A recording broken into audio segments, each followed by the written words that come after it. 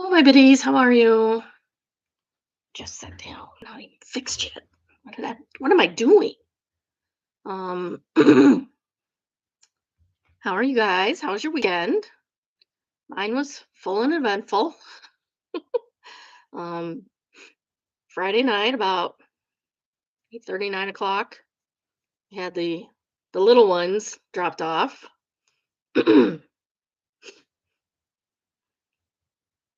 Older one has been, or the younger one, sorry, WB has been, not B, BW is the younger one. He's been little congested lately. Oh, so many boogers. Poor little guy. And you clean him out. He can't blow his nose yet. We really need to work on that because he is old enough to. He's 2.5. Um, but you clean him out. Does that feel better? Yes, thank you. Oh, so he fell asleep about 11 o'clock. Usually I aim for 10, knowing that it's not going to be until at least 11. Um, and usually they're asleep by midnight. WB, the older one, did not fall asleep until I think my husband said 1:30. I went to bed at 11. I was tired. So I went to bed at 11. 1:30 he was still up apparently, or he had just fallen asleep. Which was okay because he got up about 9, which is not enough sleep for a little kid, I know. But the next morning he had to get up before 6 o'clock because he had 6 o'clock weigh-in for wrestling. Yeah, 6 o'clock in the morning for wrestling for a 4-year-old. So I had a really fun day on Saturday. My son picked him up about 6, said he was putting him right to bed, which is early for them. Um, Especially considering there was a time change that day too, so all of us were dragging. Um, so we went to the wrestling match, which was regionals. We didn't expect much. We expected him to lose all of his, which was fine. I mean, he's 4. He doesn't need to win everything. So we lost his first match as expected. He got pinned. He only did 2 matches. The second match, he was losing on points, almost pinned a couple of times. And then all of a sudden, in a sudden and unexpected victory, he flipped the kid over and pinned him. So now he qualifies for states.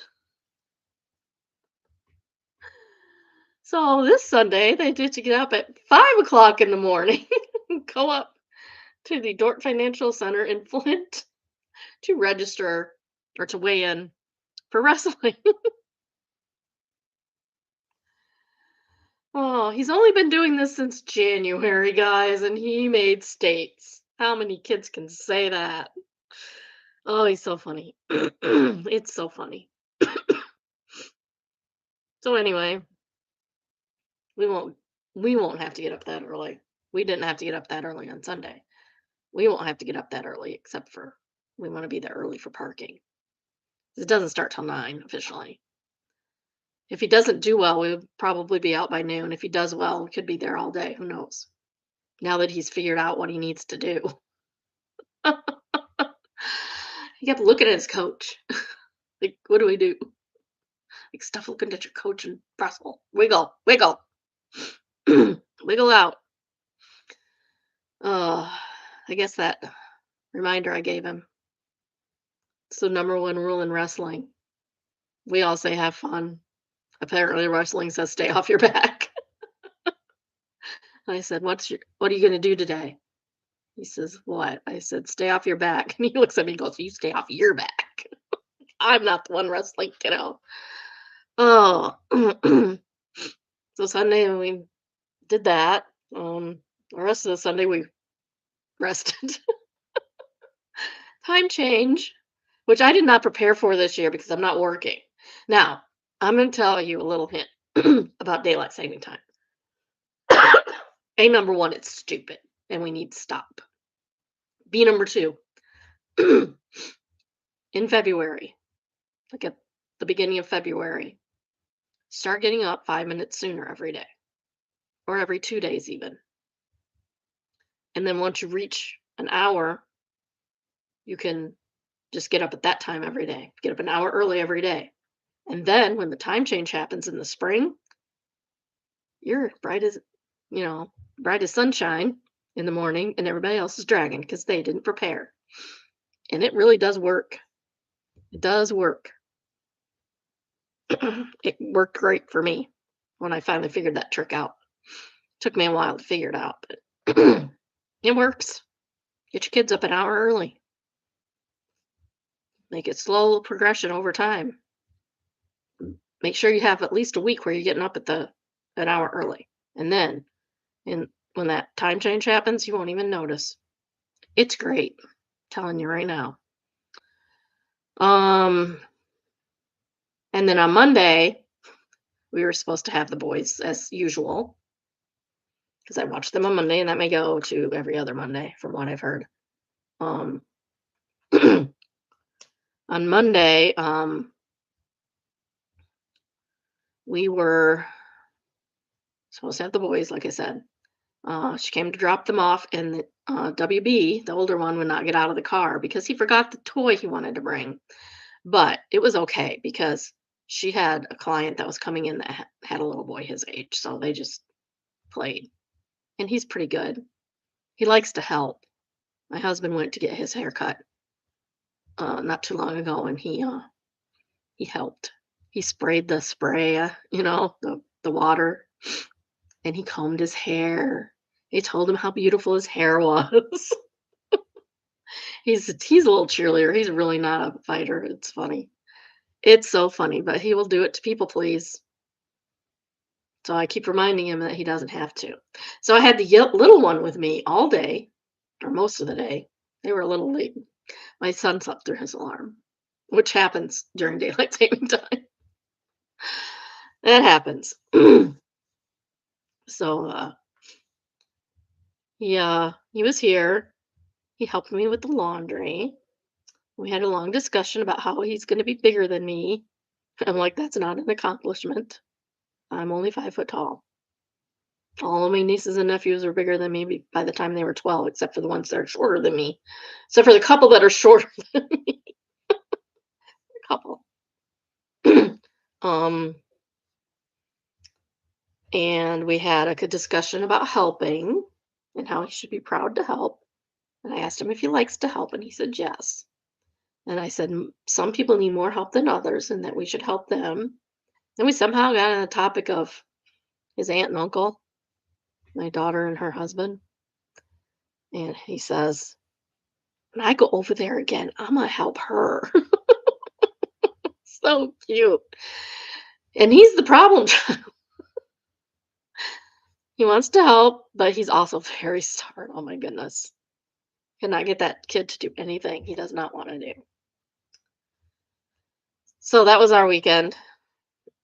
Yes, I have a 3-day weekend because I watch kids on one day. It's not really a weekend, but. And then, yeah, been a fun weekend. Next weekend, we're going to States. I'm so happy. I think my dad's going to come, so he'll have an even bigger. I know my daughter's going to come. She said, what if he wins and I miss it? Like, you've missed both his wins, honey. But it's okay. It's okay. Can't be there all the time, especially when you have health issues. It's fun. I did offer to let her stay, to have her and her husband stay over here overnight on Saturday because it's a teach closer. But they'll be okay. They're young. They're young. They'll be fine. Yeah, my dad might go. And his wife, obviously. Love her. So it should be a fun day. I don't know if my younger kid will go because it's early for him. He works nights, so getting up really early in the morning is kind of hard. And he did go with me a couple weeks ago, which I appreciated. Um, he's young too. He can definitely get up that early if he wants to. Oh, what else? I'm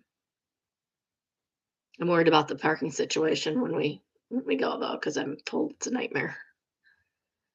All right, I don't have anything else for now, but I will have something else during our middle segment because once again I'm angry at somebody because they be stupid.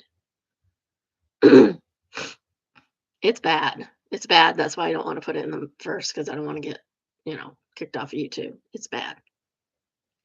So what we will do is start with malicious compliance this week or today anyway. Well, all this week really. I go by week now, so even if they don't get the prescribed amount of likes on Reddit, which is 1,000, you have to have it at least 1,000. I will be doing less than 1,000 if there's less than 4 left in the week. My goodness. I forgot my drink. I should have that. Definitely need it. I'll be right back.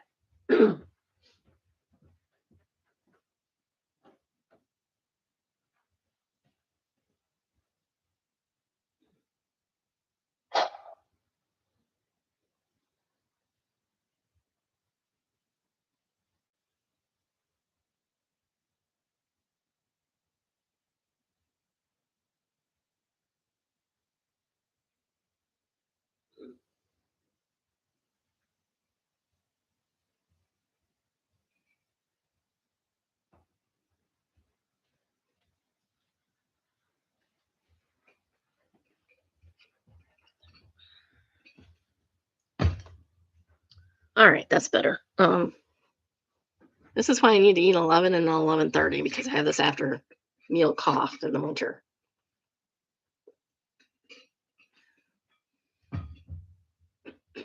Okay. My nose is still like I can still feel it dripping down the back of my throat. It's allergies, I'm sure, because the weather's been really nice. So unless it freezes or dries up, I'll be dealing with that. Even though I take a histamine every day. It only staves it off. It doesn't like cure anything for sure. And I forgot my Flonase again today, which does help. I'll have to do that when I get done. It's not gonna happen. I'll forget again. I'd forget my head if it wasn't attached. All right. From the subreddit Malicious Compliance, this is entitled, I embarrassed a corporate higher up today by following his directions. I work in retail. I just stocked shelves. 3 or 4 people from corporate were there with the store director, all ETLs. I don't know what ETLs are. Touring the store, and they were in the middle of the main backroom walkway. I backstocked and had trash on my U-boat. It's a lot of styrofoam because I was doing lamps and candles. They were completely in my way. I was pushing the U-boat from behind because technically we are only allowed to push vehicles. This is sure I can verify that. We're not allowed to pull them from the front, which is silly. And I was because you can't see sometimes, and then they yell at you for not being able to see them. Get out of the way. I don't know. I was going to follow every rule while we had the visit going on. As I moved past them, the highest ranking one stops me and says, "Excuse me, can you do me a favor? Can you grab the middle of the vehicle and walk side by side so you can see?" I then stepped out to the side and looked at my vehicle and looked back at him. How? How can I grab it from the side? There's not a middle shelf on this U-boat. And he stepped over to actually look at my vehicle for once and was like, "Well, you look at that. It looks like you're missing a few shelves there." So then I'm like, "Okay, so how do you want me to go about this then?" And then he told me to grab the top part of the inside of the vehicle. I don't know. It was weird and confusing. And after I did it, I confirmed with him that this is what he wants me to actually do. And he's like, "Yep, just like that." I have a picture of the vehicle and a drawn stick for reference, but it won't let me post it. So just so you would know, you can post things to other places and put a link into pictures if you want pictures on subreddits that don't allow pictures. That's how you post a picture on there. I posted this on another subreddit if you want to see so you can see it in my account. Okay. So we will go to their account and find it.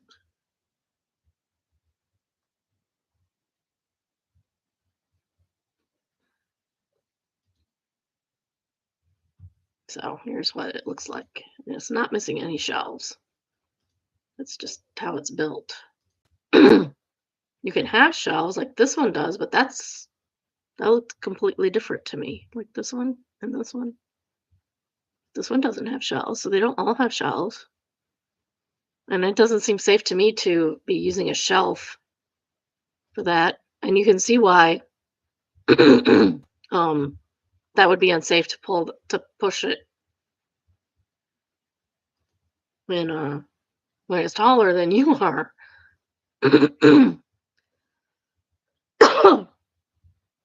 Okay. I take a few steps forward and then the back of it spins out of control and slams into a flatbed. Then everything flies off onto the floor, all of my trash just everywhere. I immediately just start picking it up and he is like, "Oh, I am sorry." And he helps me pick up my trash and I said, "Yeah, I guess the back room is a little cramped right now because of the inventory prep." Guys, like you literally cannot fit a vehicle in the way he is saying it's packed in there. So, LOL. This is not a vehicle. This is a cart. So anyway, I thought this was absolutely hilarious because I proved a corporate guy wrong literally to his face just by following his directions. I met my ETL, whoever that is, afterwards, and she said she also thought it was hilarious. And she said that the guy talked about how he's super embarrassed now and felt bad for me. Oh, then give him a raise. That would be the proper answer to that. Give him a raise. By the way, after all my trash was picked up and then I pulled the U-boat from the front like a normal person, and he never said anything to me about it. One of my coworkers said I should have just kept doing it the way he told me, repeatedly losing my trash until he would tell me not to do it anymore. I wish I would have. Top comment was from NS and Mike, and they quote the coworker about doing it again. And he says, "To be fair, the fact that he apologized for his dumb idea helped you and admitted to being embarrassed. This guy isn't really the kind of guy you want to be that particular of MC to. He just seems like a decent fellow, even if his suggestion was dumb." That's true. He did apologize. He helped. That goes a long way. Apologies go a long way. Um,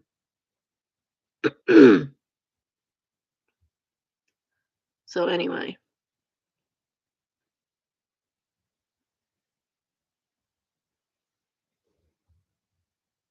okay. So ETL is executive team lead, and a U-boat is the red card.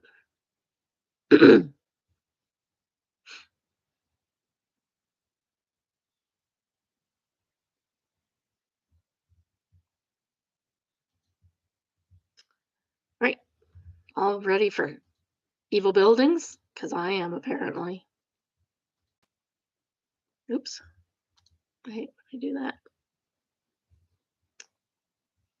This is the NLB Banka in Tuzla, Bosnia. That that is a weird design for a bank. Maybe they do things different in Bosnia, but that seems like a weird place for a bank. um,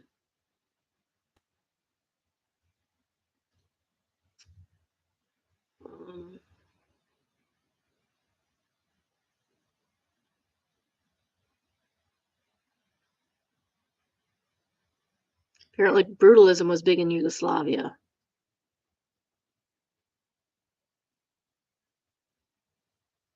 Somebody says, "I feel for many of these types of buildings, if they just painted it would be less than half as scary." And Nicolap says, "Brutalism was big in Yugoslavia, and if the grime was cleaned, it would look really cool. Some are painted white and look good, but in color too."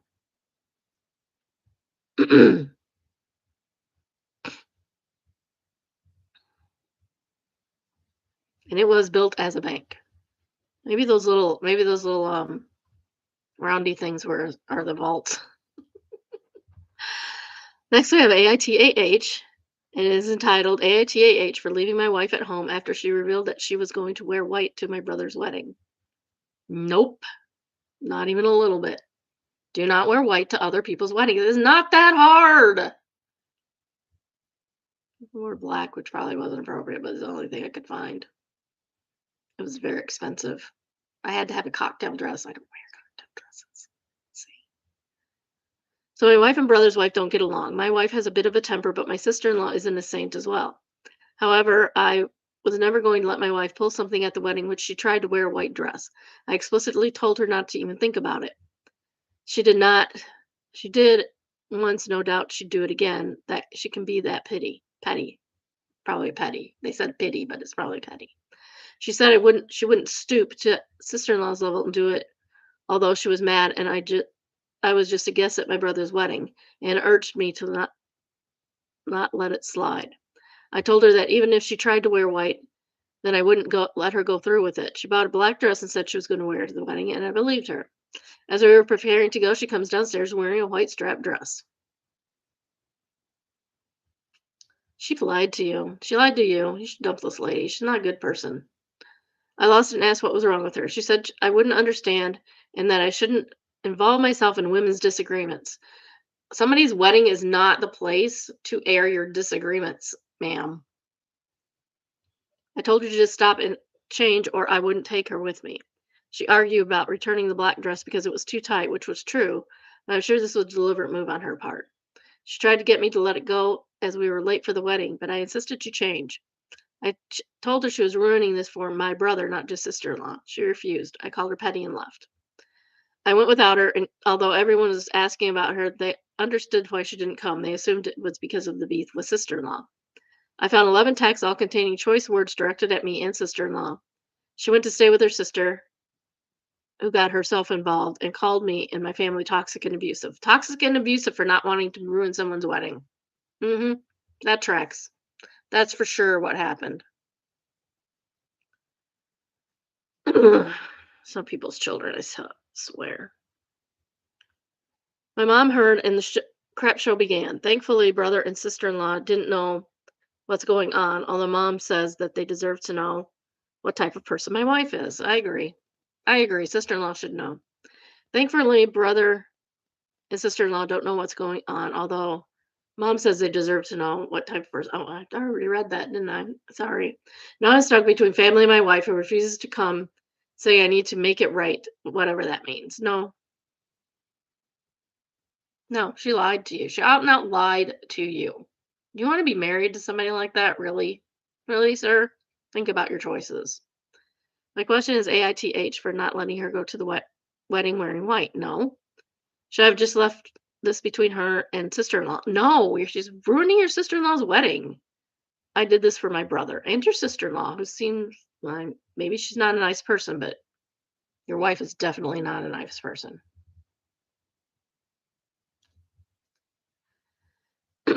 Guitar Junior's top comment and says NTA wearing white to a wedding is an a-hole move, regardless of whatever the beef is going on. This is a day your brother and sister-in-law have been planning for a long time and have put money into it, and it's hopefully only going to be one time in their lives. It's their day. You did the right thing by protecting it. Exactly. Trousers answers, I would argue any kind of acting out a personal beef on somebody's wedding day is an out and out a-hole move. I agreed completely. Opie's wife hasn't grown out of high school, and that and the anger issues, yeah, she doesn't sound like a very nice person. Why are you married to her? Silly Tugboats is the second top rated comment, and they say, NTA, your wife definitely is. But I'm also not sure why you were married to someone who never left high school. Likewise, regardless of your sister-in-law, your wife is waving red flags in your face. Yes, definitely. I forgot my flags. Forgot about my flags. I was good. Should have done red flag, but I didn't. So it's okay. She's selfish, vindictive, and doubles down on her BS. Coming from one married man to another, it might be smart to reevaluate things because it's only a matter of time before she starts directing it towards you, even if it hasn't started. He is correct. NTA for the situation, but you TA to yourself for being married to someone who sounds so awful. Good luck. Yeah, people say you can't choose who you love. Yeah, but you can set boundaries. You can decide, make choices. You can make choices not to be with somebody, even if you do love them, if they're a bad person. Cash for Durium says so many red flags. You only get one life, OP. Why would you spend it with someone who enjoys being cruel? Pride of Cape Town answers this. OP can't make it right by dumping her butt.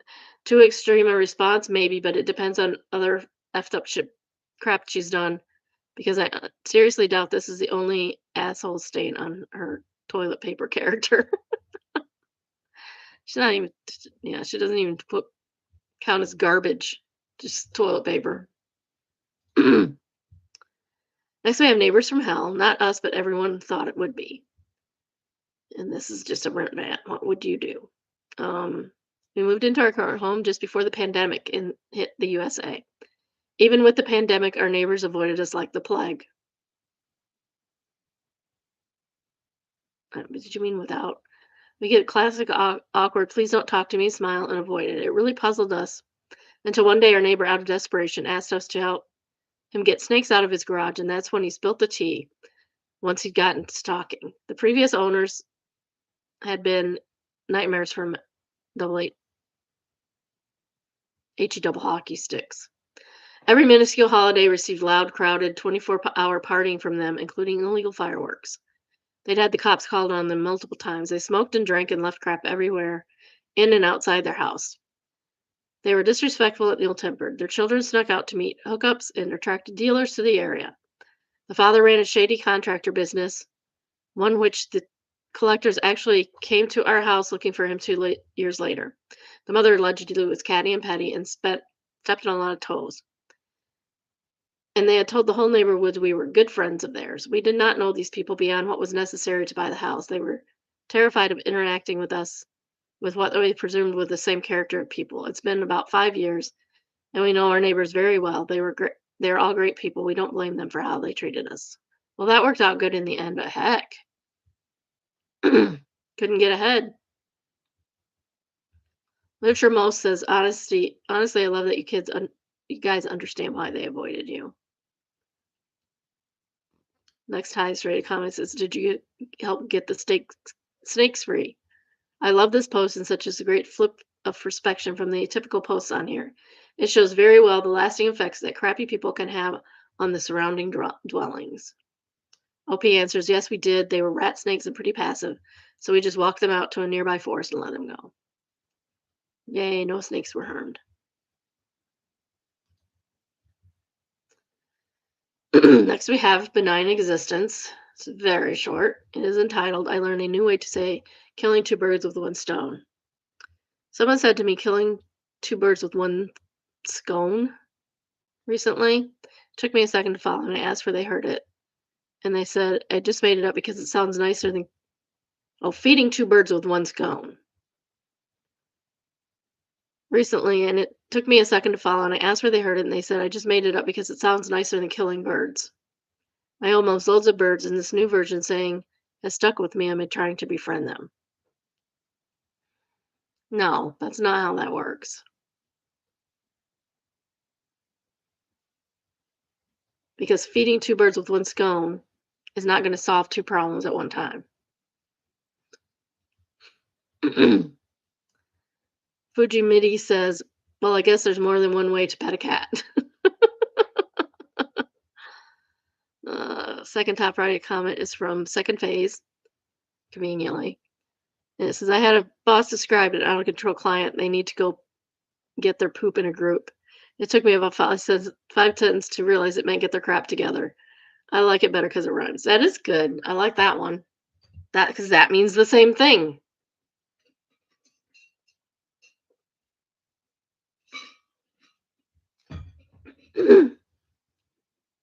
He says I'm writing this down to use in the future. Schengen Freud says, don't forget your turds and herd.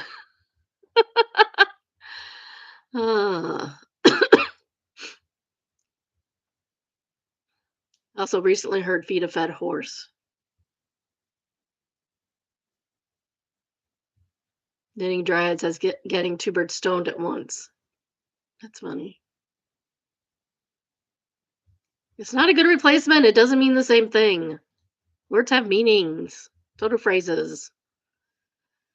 Next we have Found Satan. It says, it's entitled, Next Time He'll Think Twice Before Cutting Someone Off.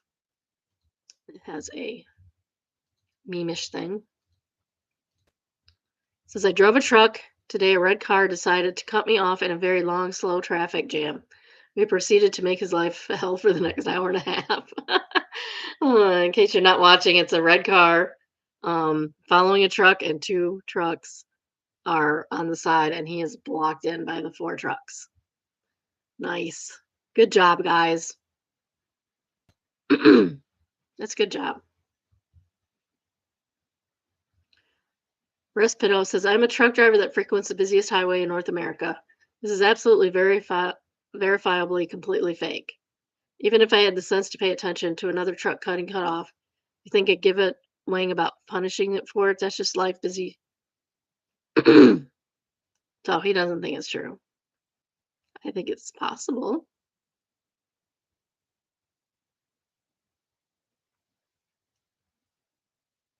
Okay, here you go, comfortable owl. I used to run reclaimed coal to power plants in the winter years, a lot, years ago with other owner operators. We all had 550 HP plus trucks. Four of us were running an interstate empty back to the old mine to reclaim a site to get loaded. A BMW starts tailgating the lead truck, flashing lights and being a dick. We proceeded to box him in and juggle the lead truck around for like 10 minutes. During this time, we accidentally hit the rumble strips and threw up water sludge onto his windshield. At one point, he swerved at the truck he couldn't get past while trying to pass on the shoulder. We knew there was a speed trap ahead, and all of us let him pass. He must have hit 100 miles an hour, and the cop got him with radar. We laughed our butts off driving by. Don't wang with a 30K pound empty truck when there's a traffic. Malacro says, if it's a very long, slow traffic jam, they're actually not doing much. They're doing enough. They're doing enough because that guy's going to weave in and out of traffic and cause an accident. They're preventing an accident. Well, this is an update. It is from Just No Mother-in-Law. Updated Mill left family group chat because my husband and I don't want our baby shower at Children's Residential Treatment Center. That seems reasonable.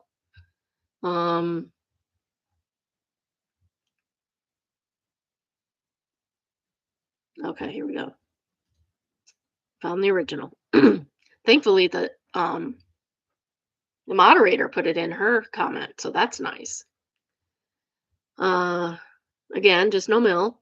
Mother-in-law left the family group chat because my husband and I don't want our baby shower at a children's residential treatment center. Honestly, looking to vet and get some advice. I don't know how to deal with this. My husband's mom texted us randomly yesterday that she's going to reserve a place at her job to have a baby shower for us when we might visit in the spring. We have bought flights and are just talking about dates. My husband hasn't. How do you do that? Oh, we haven't bought flights and are just talking about the dates. Oh, wake up. Wake up. Wake up, head Biddy. My husband hasn't asked for his work off yet. I told her I would think it would be wise to wait until we actually buy our flights before we get anything written down, but she kept pressing and said she would reserve it. Why would you do that? It's just weird. The thing is, my mother-in-law works at a children's home, honestly, a residential mental health facility with troubled child vibes for kids where the majority were adopted and their parents disrupted the adoption, usually due to behavioral challenges or which are usually due to attachment disorder. A lot of these kids have been through a lot of heartbreak, poor kids. I don't really think it's appropriate to have a baby shower there. No, it is not. And honestly, my husband and I don't want to have a party there. I'd love to volunteer there sometime. I just think it's rude to have a baby shower at a place where kids aren't able to live with their families anymore. It's more than that. It's an inappropriate environment to have a baby shower, period. My mother-in-law said that people will want to get us gifts. I said, no person gifts, please. Since we are flying across the country, they should be shipped to our house. I think it's wasteful to pay ship to the house after the party. My mother-in-law said people will want to watch us open, but I said no thanks. I know she's ticked about that. And that does make sense. It should be shipped to the house, but mother-in-law can ship it after. Have her do it. Put her in charge of that. She can see how much it costs all by her little lonesome. Baby shower party ideas. No thank you to the children's home venue. No in-person gifts. If people want to get a gift, it needs to be shipped to our house since we are flying. I mean, that just makes sense. They cannot fly back with all that stuff. But I still say mother-in-law can ship it all. She's perfectly capable. We would like a potluck vibe. Just getting together for dinner with friends to celebrate the baby, not a traditional baby shower. I'm kind of mad on potluck for stuff like that. Unless it's just family. If it's family and friends, you should not expect your friends to feed you. I'm sorry. Both genders and kids are welcome. That's a good idea. We had, because men get better gifts. Just saying. Other ideas could include meeting at a park to eat and play games. Can jam. Lisa, can jam. My friend and I have a thing where every spring, when the first one that gets a can jam, that sees a can jam game, we take a picture of it and send it to each other. It's our jam. Leave us alone. We're funny, even if it's only to ourselves. Cornhole, ultimate frisbee, etc.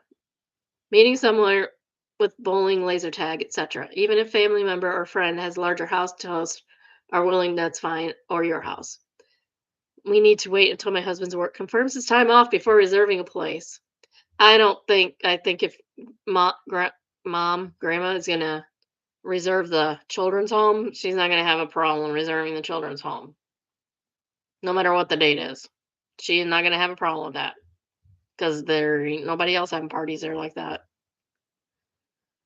Her response is perplexing to me, and even the next day I'm still mad. Then she responded, "Okay, well, you guys plan whatever you want and just let us know when and where to come.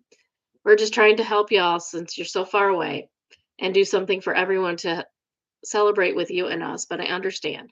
It usually takes a lot of coordination ahead of time to get everybody to an event, as we've seen in the past, without advanced plans.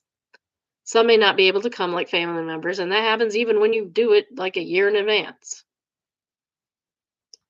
I think you have everyone's addresses or phone numbers you want, but if not, Dad has them. I'm gonna blow out because apparently I'm not needed.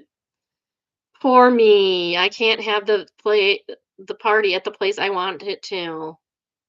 Then she left the family group chat. That was just my husband, his mom, dad, and I. That's kind of funny, actually.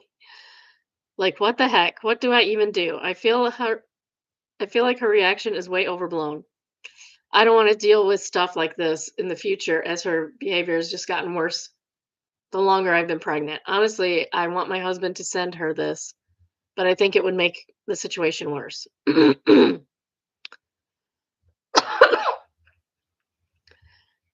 We just wanted to text you what we were thinking because we haven't talked seriously about baby shower yet.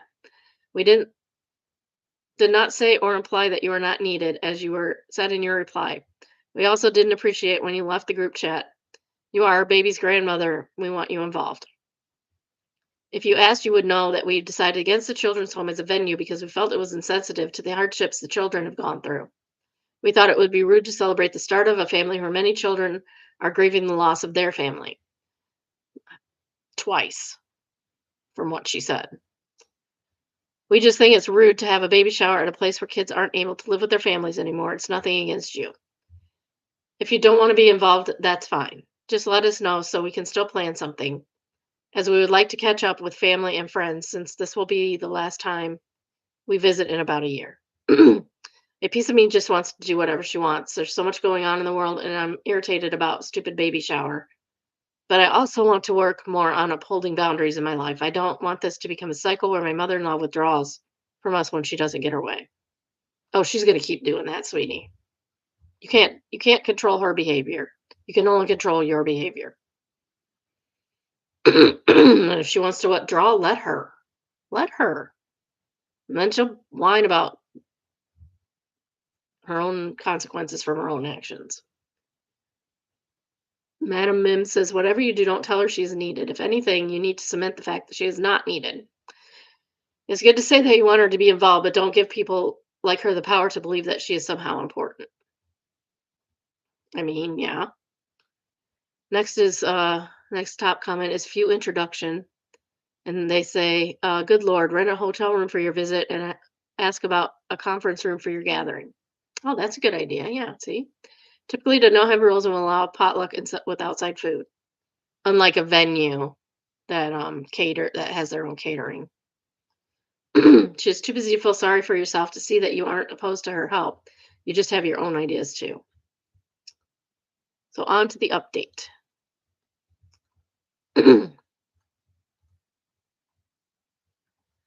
A week passed by from when my mother-in-law left the group chat, and during that week, my husband's work said that there would be no vacations during the original month that we may have visited anyways, but we may go there a different month. We didn't talk to her at all during that week. I really hate it when people do that. When companies do that, like, nope, no vacations. You all have to work no matter what. Like, hire more people so that people can be covered on their vacation time. We decided to share news on social media that I am pregnant finally. It was such a moment for me. I have some health issues, so there were many years where I didn't know if I could or should get pregnant. I'm an emotional person. I cried when I pressed post. A moment I wanted to be positive. 5 hours later, the same day as our social media announcement, my Mill texted my husband and I in separate group chats. Both Mill and Phil completely ignored our social media announcement. One group chat was my husband, Mill, and Phil, and the other was my Mill, Phil, and me. The messages were very similar. Some of the sentences were copied and pasted. Okay, so this seems a little petty, honestly. Does your mother-in-law even have social media? She probably does, but has she been on it? I'm not on it every minute of every day. I don't know what you're posting on there. It'll be 5 days before I see it, if I ever see it. So I think that's a little petty. In her text to me, she apologized for being snotty, her words, and doesn't want to stress me out over the baby. She stated that she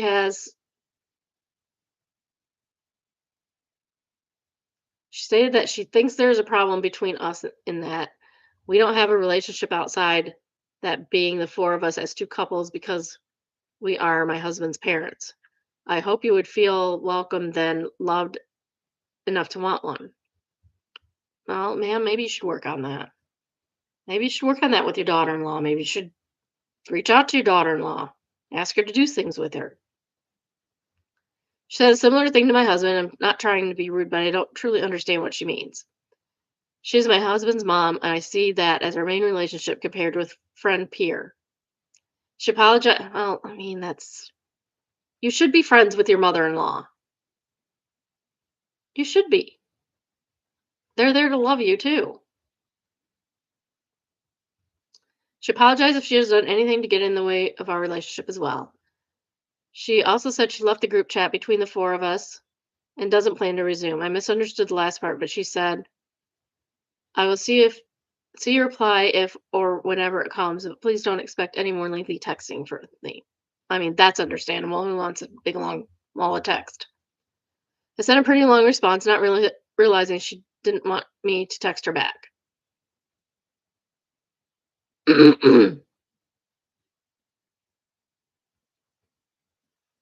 No, it somewhere sounds like she won't text you back, but whatever. I tried my best to be kind, but I was also defensive. I stated, edited slightly for privacy, and I apologize it's long. Thank you for apologizing. I appreciate it. I think it would be helpful for me to know why you were hurt. I felt angry and sad when you left the group chat. Husband and I want to send some ideas for the baby shower party. If we are able to go up to location sometime in the spring and come to your place sometime in the spring. And we weren't able to have a conversation about it. I also feel confused because you said that we don't have much of a real relationship. I make sure that husband and I call you often, at least 2 times a week, and we are the ones who initiate most of the phone calls. You were also one of the first people I told I was pregnant, and I got that present specifically for you to remind you of the day you found out you'd be a grandma. Husband and I have been married for almost X years and I make it a priority to visit you as often as realistic for us. We have visited you all several times over the past so many years. We spent every Christmas but one with you when husband was not away for work. You have visited us twice since we've gotten married. What can I do better? You said you don't feel that we have a real relationship, but when you left the family group chat, you said you don't plan to resume it. I'm confused because that would distance our relationship more. Do you want husband and I to both send you individual updates with my pregnancy and our lives? How should we coordinate communication on logistics when we visit you guys? I'm also confused because you stated that you don't want to resume the family group chat with my husband, Mr. X, and I, husband, father in law, and I, but then use a group chat of father in law and I to send your message. I'm not upset. I appreciate you reaching out. I'm just trying to understand what you want because it seems contradictory to me. Thank you, and I love you too. Should not take it well. She responded, I'm not going to have a conversation in text anymore. I thought that was clear. Use this to coordinate if when you may want to talk only, please. I feel mad at her because she chose the day we decided to share news with our extended family and friends, which she may not even have noticed. Again, you're making it worse than it actually is. Stop doing that. It felt intentional to me. It doesn't matter. It doesn't matter. Intentional or not, it doesn't matter. Both his parents have been silent on Facebook too regarding their grandbaby, but we have been on Facebook since the announcement. Okay, they don't want to spread. I don't say anything about my grandkids on Facebook. I put one announcement in when they were born. Maybe one I might share my son's announcements, but I don't put anything on there myself about them at all. I'm also mad she texted me that when I'm ready, I can message her to set up a call. I texted her yesterday, I'm ready to talk. She's the one who's not ready. She needs to take the emotional burden and coordinate this. So yesterday, my husband created a group chat to set up a call with his mom, dad, and I. He had his mom back. She removed herself a minute later before he sent the text. Not sure if that means she blocked us. And my husband stated, hey, you guys let us know when you want to have a phone call. Love ya. Trying to add mom back into the chat if it's not working. His dad responded, I think she wants a break from texting for a while. We haven't heard back since. So here we are with no contact, basically initiated by her. I have another ultrasound this week, and we found out the baby's gender, and his mom doesn't want us to text her. So call her. Call her. Just call her. Out of the blue, call her. She wants more personal interactions. She can have more personal interactions. Stop texting her and call her. I admit I'm feeling selfish. Well, stop. I'm sad this will likely be the only time I'm pregnant because of my health issues, and this is how she wants to treat me. My child is already down a grandparent due to passing away, and now my baby is currently down another grandparent over a freaking baby shower and who knows what else because she won't talk to us. Some of my best memories growing up were family vacations with my grandparents. I don't want to deal with petty behavior, and I know she's entitled to her feelings, but I wish it wasn't this way. I hate rocking the boat. Well, stop rocking the boat then, ma'am. But I'm a mom now, and no, you're not. You're pregnant. You're not a mom. It's time to be assertive for once. I almost threw up and passed out in the shower after these texts because I'm stressed out. I'm trying to block it out of my mind, but it's harder for me to compare to my husband. But girl, you have issues. She Shep says it sounds like she doesn't want to be in text because she didn't because what she said would be recorded. Don't stress yourself out over her behavior. Leave her to sulking and don't let her in on anything if she's not going to act like a grown up and communicate with you. Also, this might be harsh, but no grandparent is better than an awful grandparent. That's true. Little Pink Growl says you need to leave the chat with her and father-in-law and only stay in the ones with your husband and let him lead. That's a good idea too. I still think you're being a little petty. We have issues on both ends of this one.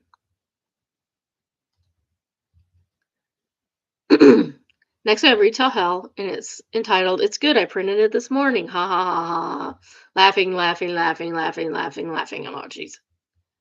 Okay, I need to vent. I had a fake $20 bill that was accepted at my job a few weeks ago, and since then we absolutely Need to check any 20, 50, or $100 bill before accepting it, period, end of discussion. So whenever we check any of the bills, some boomer dad makes that always incredibly hilarious joke about, it's good, I just printed it this morning.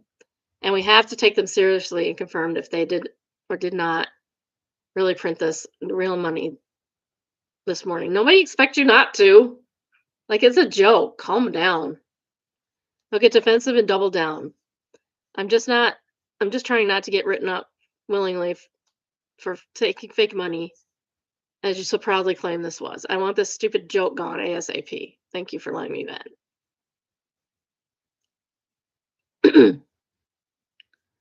People are way too serious about this.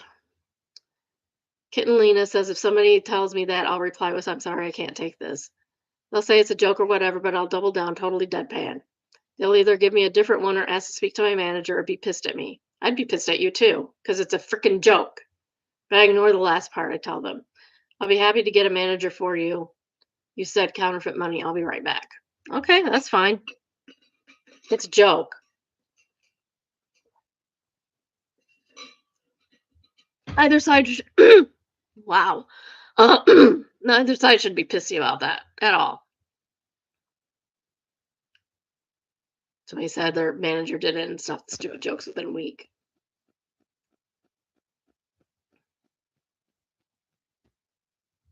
Half eaten Cocoa Pants says, you can reply with any of these. Are you aware that's a federal crime?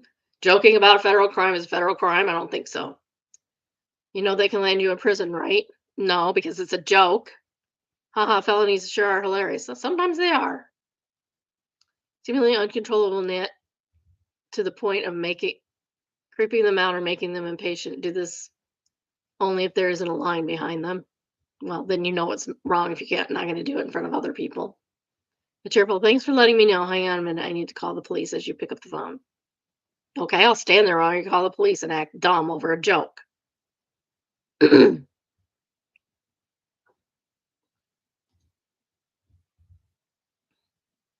Yeah, these are just people being stupid about it.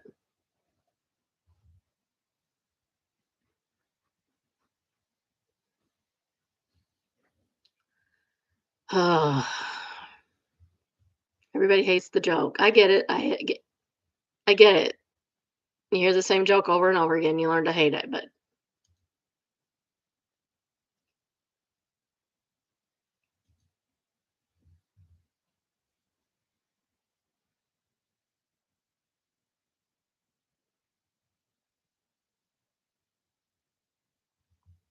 it's silly. It's silly. Am I in a mood today? I'm not sure. Do I seem like I'm in a mood today? Next, we have Petty Revenge, and it is entitled Petty Revenge Cheaters Edition. If you've ever been cheated on, this revenge story is for all of us. I don't think I've ever been cheated on. Oh, no, I have. Never mind. Never mind, I have. About a year into dating my ex-boyfriend, I met his family for the first time during Thanksgiving and staying overnight at their house. Dinner went well, and everyone was warm and welcoming. The next day is where the crap hit the fan. While he was in the shower, the phone kept buzzing with calls and texts.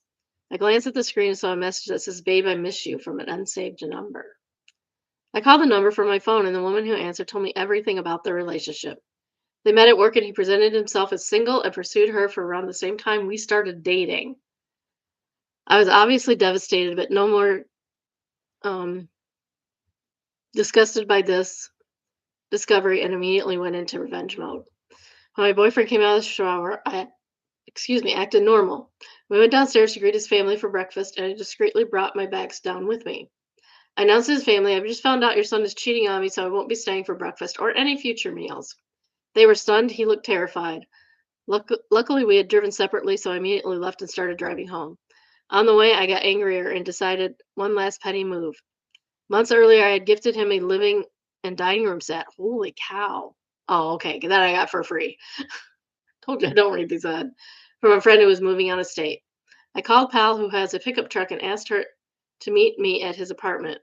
Using the key he had given me, I went inside and took back everything I had gifted him. Dining room table, couch, chairs, couch, coffee table, side tables, leaving the room completely empty. I blocked him on everything and took so much satisfaction knowing he's a cheater with no furniture.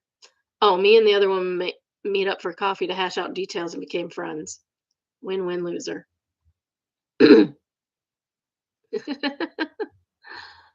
Uh, Big old nerd says he lost two women and a whole living room in one morning. Oh, that's funny. Next top comment is uh, Zizmog. And they quote, "Me and the other woman met up for coffee, blah, blah, blah." They say, best part of the whole story. It is, honestly. That's great. I like that. Well, congrats, OP. That's the way to handle that for sure. Oh, here's one. That's a story.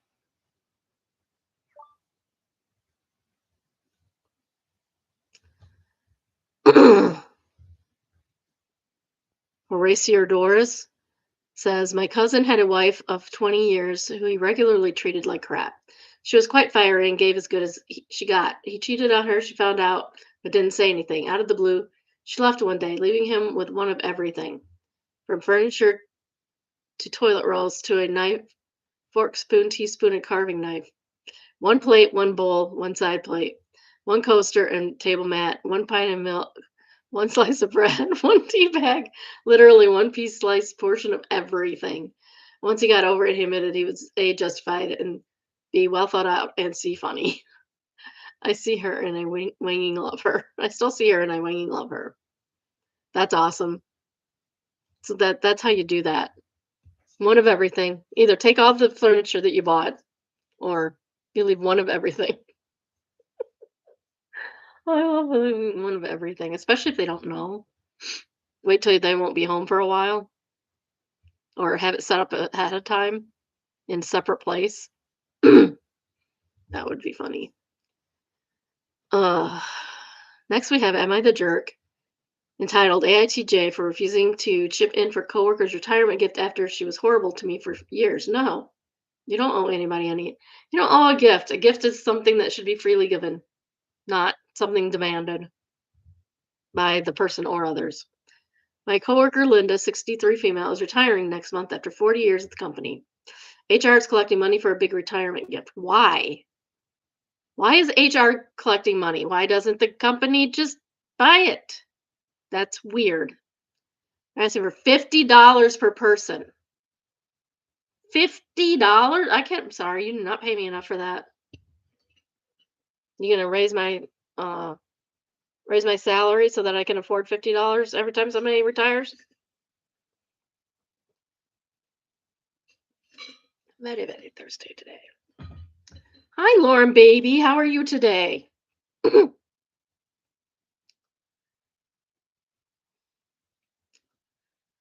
Okay. So yeah, $50 a person is way too much. Way, way too much. Linda has been absolutely terrible to me since I started 3 years ago. She's tired from the time change. I told you the time change is stupid. She made comments about my age, questioned my qualifications, undermined me in meetings, and generally treated like I'm incompetent. When the collection envelope came around, I passed without contributing. My manager pulled me aside and asked if I forgot. I said, no, I'm choosing not to contribute. She looked shocked and said, everybody contributes to retirement gifts. They should not. The company should be buying the retirement gift. This is dumb. I said, I don't feel comfortable giving $50 to someone who's been hostile to me for 3 years. My manager said I'm being petty and holding grudges. Oh, well. I said it's not a grudge, it's choosing not to financially celebrate someone who made my work life miserable. Now several coworkers are giving me looks. Someone left a sticky note on my desk and saying, be the bigger person. No, no. Being the bigger person has not been working out lately. Let's stop doing that. The collection organizer came by and asked if I would reconsider. No, the company should be buying that. I told her my decision is final and it'll be obvious I didn't contribute when they announced the gift amount, and I said that's fine. My boyfriend thinks I should contribute to avoid drama, but I genuinely don't want to give money to someone who's been mean to me for years. No, why should you have to give your bully money? That's crazy. Lavender Sharpie says the company should buy the watch, not the fellow employees. Each one of you should have said no. 100% what I've been saying. OP says, I agree. This is also my take. If the company wants to honor her 40 years of service, that should come from them and not from other employees who are living paycheck to paycheck. Unless they have a different gift, I couldn't care less. Cal Augusta says, where was HR when this cow was creating a hostile work environment? Crayfish says, probably the ones that are enabling her, probably. She's been here forever. She couldn't possibly be bad. Yeah, I've been on the receiving end of like that too. Someone who just makes your work life miserable. He's, of course, still living there, but I'm retired, so I don't care. No Budge says, go to the ones giving you grief and ask them to point blank if they've ever said anything to Linda to stop her. Don't give in. 100%. Oh, I wonder if there's an update. Let's check for an update. Nope, no update, darn. I tried, guys, I tried.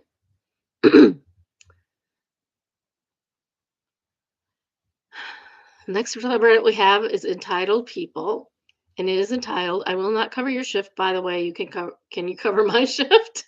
I love it when people do that. It's so dumb. Like, no. Like most workplaces, my workplace is an option where if you have a shift that occurs an inconvenient date, you can offer that shift to another employee. However, if no one takes the shift, you still have to go. Twice I've covered a coworker's shift, however. 3 times I've offered a shift, How many times a coworker has covered my shift? Never, not once. This is despite the fact that there are 8 other lot attendants.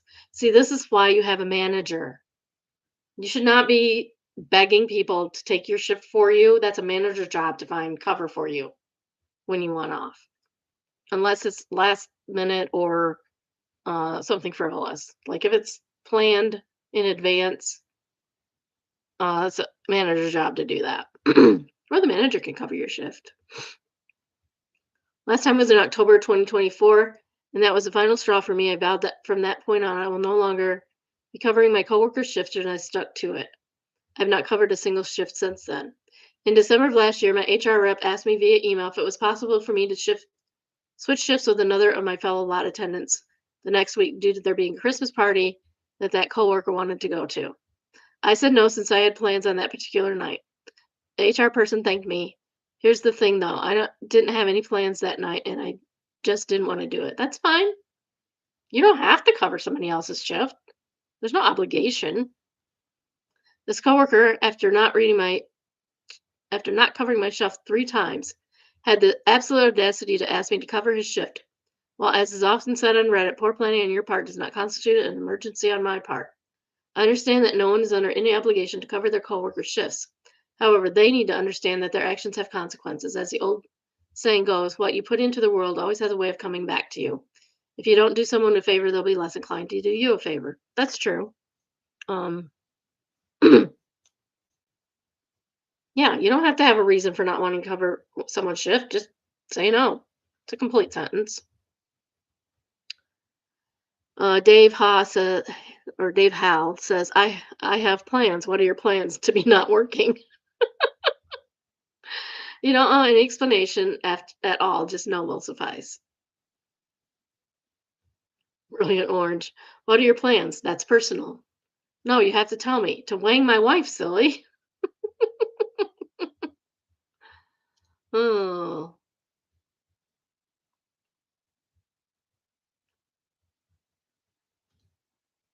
Some people think the golden rule only applies to other people, not themselves. This is Murdered by Words. Trump's First Amendment is officially dead. Trump's First Amendment? It's not his. He doesn't own it. It says U.S. Homeland Security requests Google, Reddit, Instagram, and Facebook to provide names, phone numbers, and others identifying information of users who criticize ICE. And Ragger Trend says Trump's version of freedom of speech. Doctor critics call it transparency and then flex like you invented the First Amendment. Peak genius. This is disturbing. I'm sure I'm on that list, aren't I? What you gonna do about it? Keep doing it. Kobayashi Maru, excellent name by the way, says, I wish they cared this much about prosecuting pedophiles. Yeah, no kidding. Also, it's our right as citizens to criticize the president. It's literally what the First Amendment's for.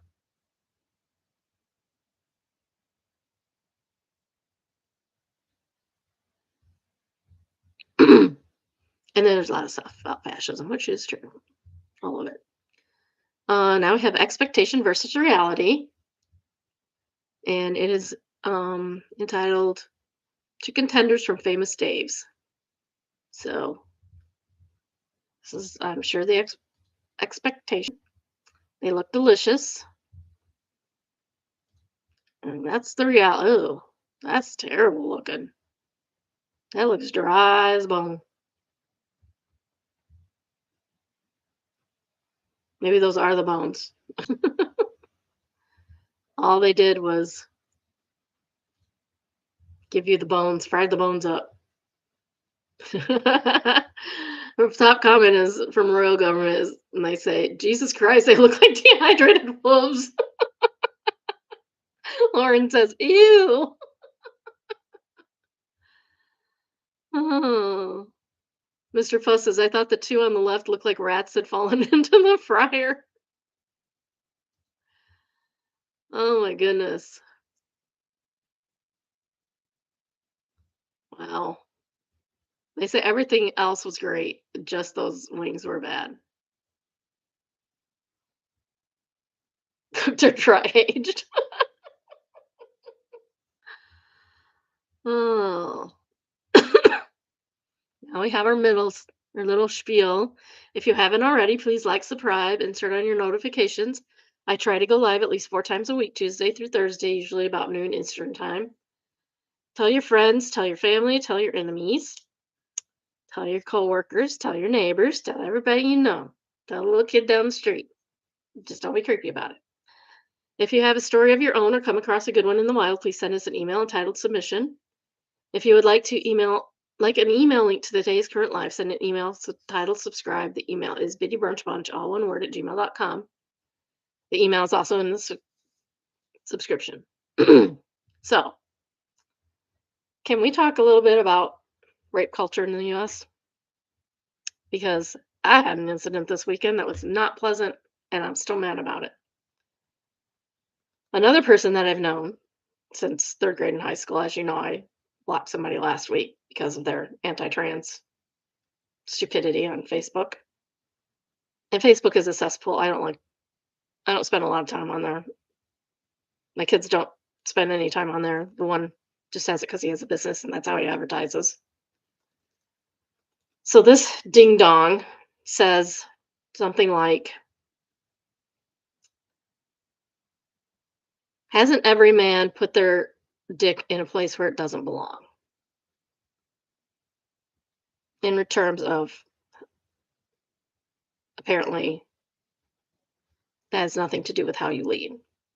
But we're not talking about that. What he meant by that was premarital sex. I'm sure that's what he meant. But I answered him saying, that sounds a little rapey. And he said something about Trump having, I can't remember the exact words, Trump's sexual prowess or whatever. That's not the word he uses. I doubt he knows that word. Trump's sexual prowess has nothing to do with how he governs. And I said something like, we're not talking about,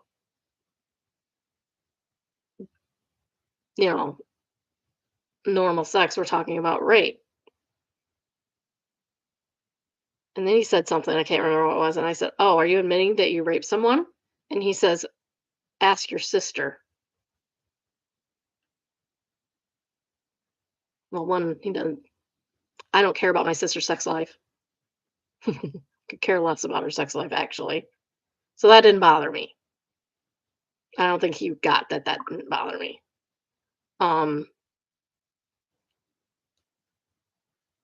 I said, are you admitting to raping my sister?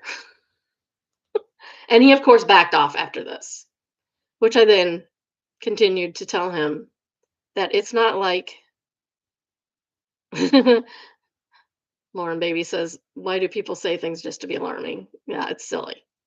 So I proceeded to answer him again and say,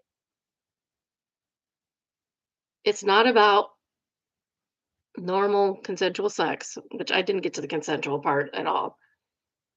"It's about him raping people," which he has been credibly accused of numerous times and convicted of at least once. Um, this the fact that you're willing to rape someone, to have unconsensual sex with someone, shows your moral character. If you are willing to harm other people and possibly children, because that's on the table, what where do you stop? You obviously don't have morals.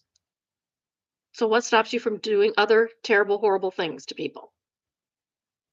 Like, I don't know, blowing I didn't that's all I said at that point. Was it's not it's a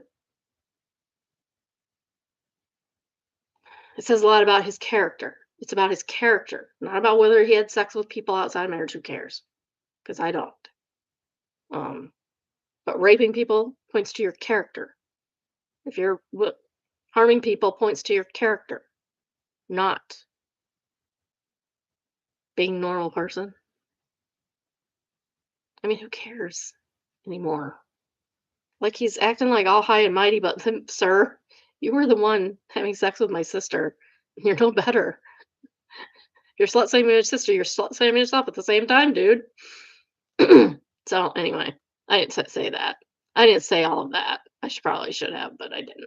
But that's how I feel about it. Like, dude, what does that say about you? That you're willing to excuse a rapist because you think he's a good leader. No. Being ruthless does not make you a good leader.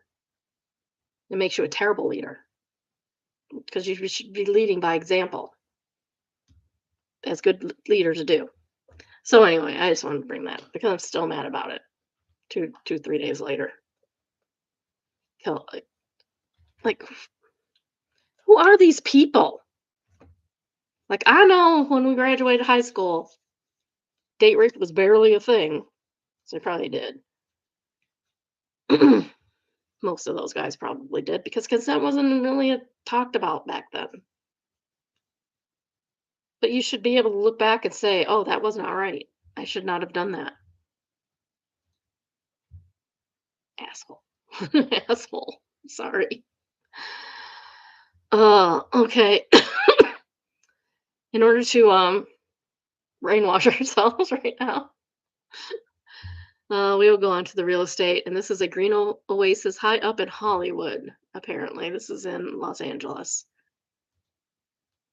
so it's under contract already. So it's a good thing we got it in time. Eh? It is very green. How much water are they wasting?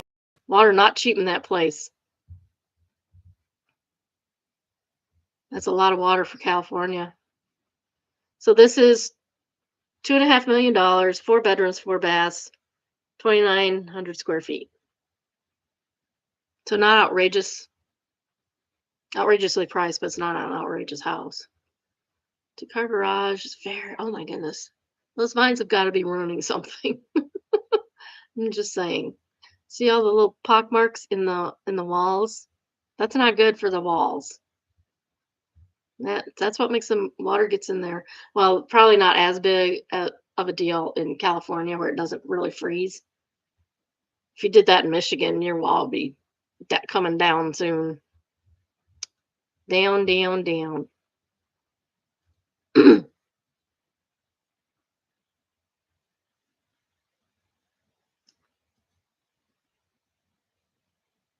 That's nice. Nothing wrong with it. I won't pay $2.5 million for it. Mainly because I don't have $2.5 million to spend on it. That's very green. That's some very. Oh my! They have not updated this house. I hope this is a historical landmark because otherwise it really needs some updating. The floors are beautiful, but furnishings are from way back in the day. How can that even be comfortable?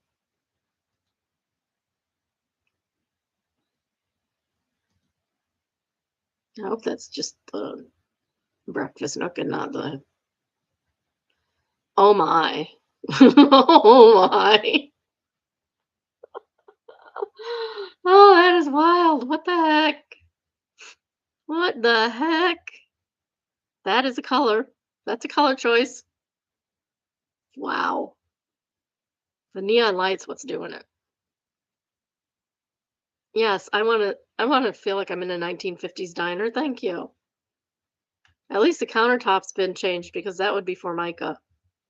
It needs a Formica top with a one of those space themed Formica tops. That's what it needs. That's definitely what it needs. With lots of stars and little planets and rings around them. That's mildly cool, but and obviously new. How do you get it that color? Did they make them that color? Phew. Okay, let's recover from that kitchen. Holy cow. That kitchen was a thing, a whole thing. Nice fireplace. Has some interesting details at least. TV's too high. This needs to go in the TV too high subreddit. There is a TV too high subreddit. I swear there's a subreddit for everything. It's crazy. Is this supposed to be the fun room? Because that looks pretty fun. I like that. It's cute. Can't see out the windows because there are trees right at the window, which also can't be good for the foundation. You might want to rethink that.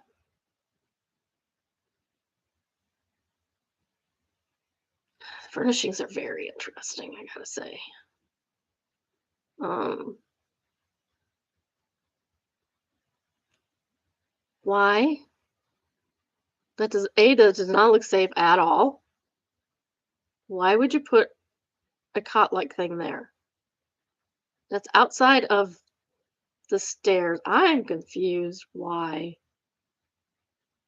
Oh, we do have a dining room. Is it like literally upstairs though? That's weird.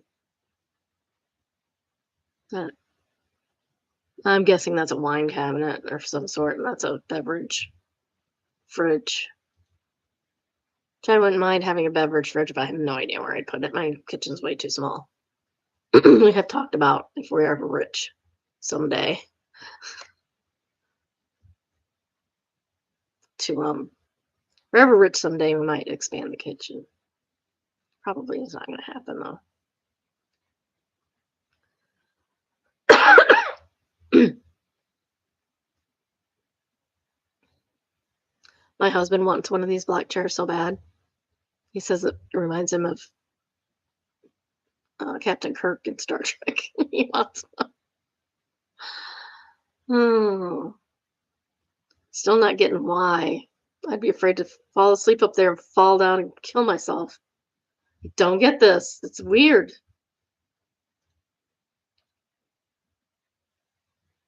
That's pleasant enough. Lots of storage space here for your linens. I assume it's your linens. That's very blue carpeting. That's gonna have to go. That's a fireplace though. That's kind of cool. I like the fireplace. Do not like the blue rug.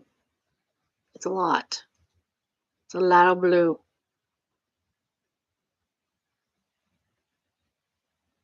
What is that supposed to be? Why is there a door there with glass in it? I'm confused. Like I said, I do like the fireplace. The artwork is kind of nifty in this place. I haven't seen the. Oh, it's a sauna. Okay. There's a sauna in your bedroom. I don't think so. Oh my. Okay, shouldn't the bedroom be green if the master bath is that green? That is very emeraldy. Emeraldy. Oh, I guess there are blue highlights. Yeah, no, not a fan. Sorry. Not a fan of the green and blue. We thought up that color scheme. And now we have a baby blue room, robin's egg blue room.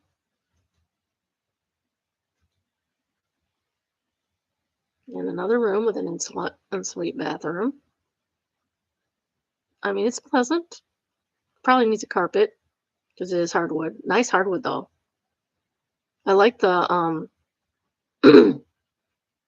little shelves uh under the window. That's a nice touch. It's very yellow. Very, very yellow. Sorry, we just listened to that song the other day. Oh, that pillow is supposed to go in the other room. This is awfully small room. Holy cow. This is like a closet. Still has its own bathroom. I think I'd take out the bathroom and make the room bigger. Not every not every room needs a bathroom, folks. Then we have a deep, dark, dingy basement bar. This looks like it was what we would call in Michigan a Michigan basement. It means it's doesn't have walls. It just has usually the entrance is from the outside. Um, but a lot of people converted them to inside entrances. But there's no drywall or anything on the walls or the ceiling. Those are rough. That's rough. Not a fan. It's not very big either. That's nice. It's pleasant. Green outside is good. Outside green is good. And another bar. These people are partiers. Is everybody in California a partier? Because I have not seen a house that does not look like it's a complete party house. It's weird. I don't know. Maybe I'm just an introvert. I don't go to parties. I like the stairs. Those are cute.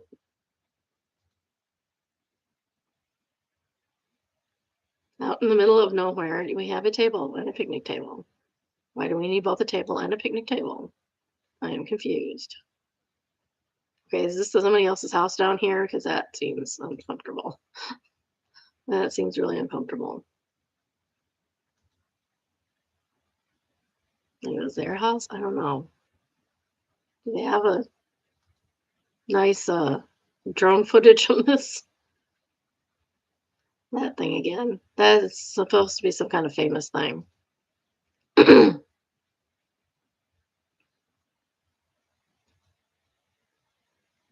guess we do. That's where okay, so I guess that's their house that the picnic table is, or the table in the picnic table area right here is looking down upon their own house. So I guess that's okay.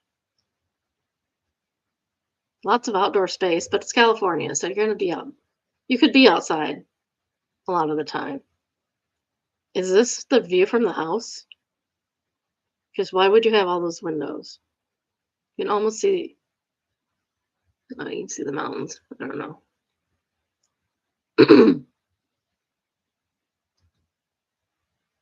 Oh, here we go. Oh, it's actually a 3-car garage. There's a bonus room. I don't think they even showed that. The family room. Bedroom. Where's the kitchen?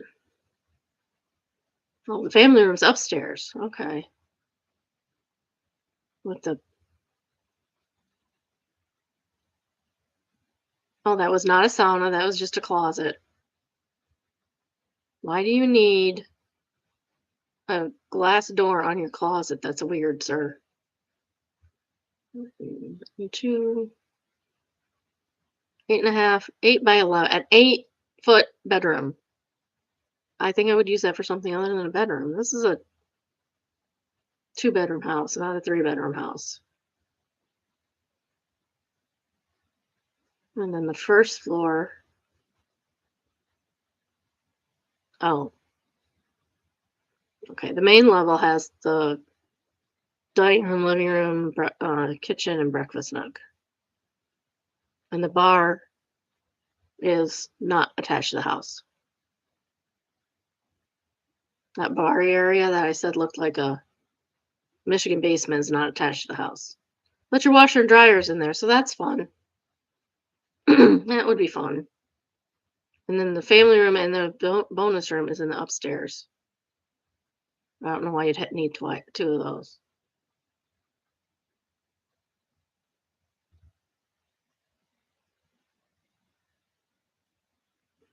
I don't understand the layout of this house at all. I don't get it. I don't get it. Is it just me? It's probably just me, right? Okay. So built in 1926.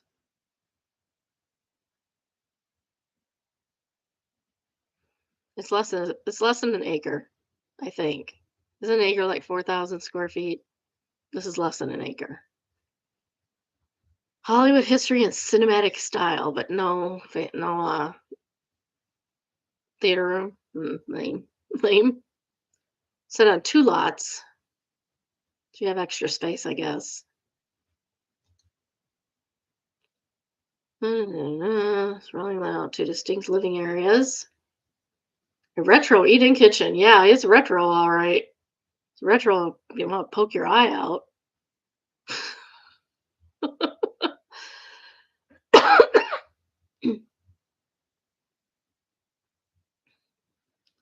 It says 3 bedrooms with their own ensuites. No, there are 2.5 bedrooms because that other bedroom is not a bedroom. I would put that as the office area. That would make a great office area. They're saying to use the giant family or bonus room as the office area. No, thank you.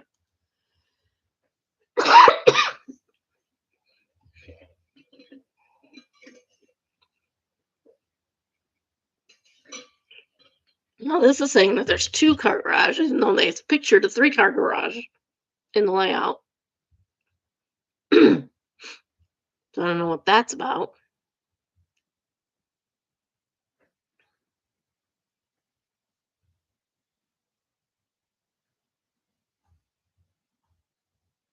But you get the fancy yellow refrigerator. Aren't you excited?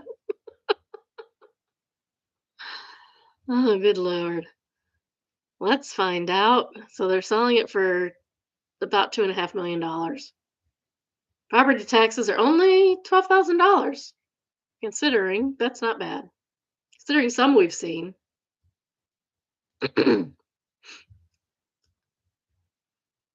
Appropriate ad says, I love it so much it hurts. Apparently people like that kitchen. And the dark green bathroom. Yikes. People have no taste. John Mayer lover says, I can smell this kitchen. My dad grew up in North Hollywood and a house built in the 20s. Spent a lot of time there as a kid. There's something so distinctive to them. The landscape, interior finishes, furniture, construction material, whatever. Oh, cool. All right. This is interesting AF. And it is entitled Naturally. Human babies do not fear snakes. Well, of course not. They're not fully human, sir. They're not fully developed. It is a video, so if you don't like snakes, you might want to skip a little bit. I don't know how long.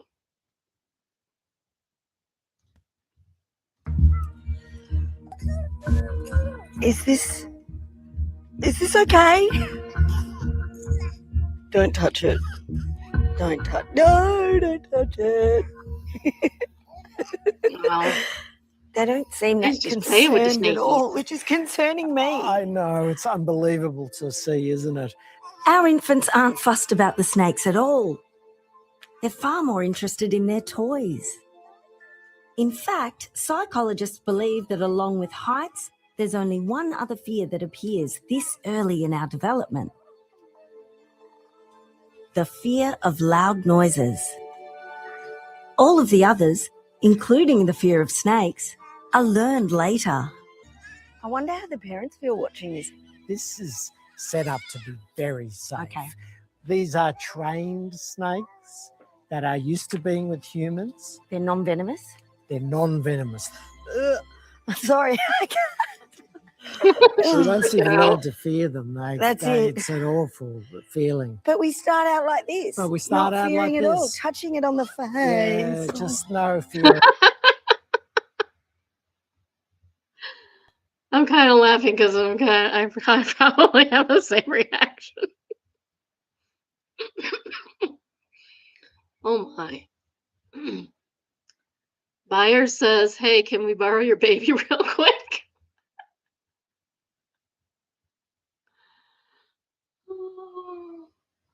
Ava the E says, you did whining what, Mom? When they grow up.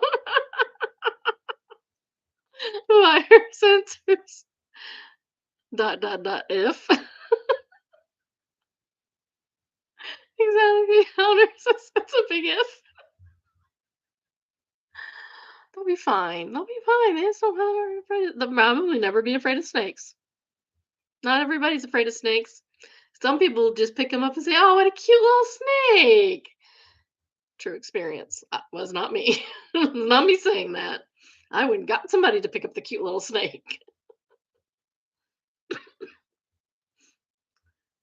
Google knows already. Baby, don't fear gigantic snake. Also, baby fears dad after she don't fear.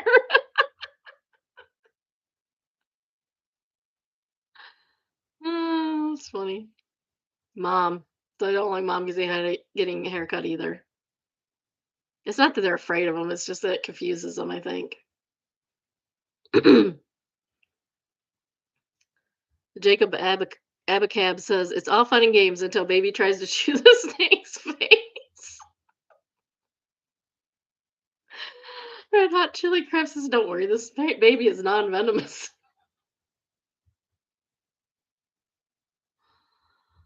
Oh, I love Reddit comments. Those are great. I could probably read those all day because all of them are great. Next we have Am I the A-hole? AITA for telling my sister to drop mommy jacking every conversation and to let me talk about myself. My sister has 2 kids, 4 and 1. Ever since she got pregnant about 5 years ago, she pivots every conversation to pregnancy, breastfeeding her kids, etc.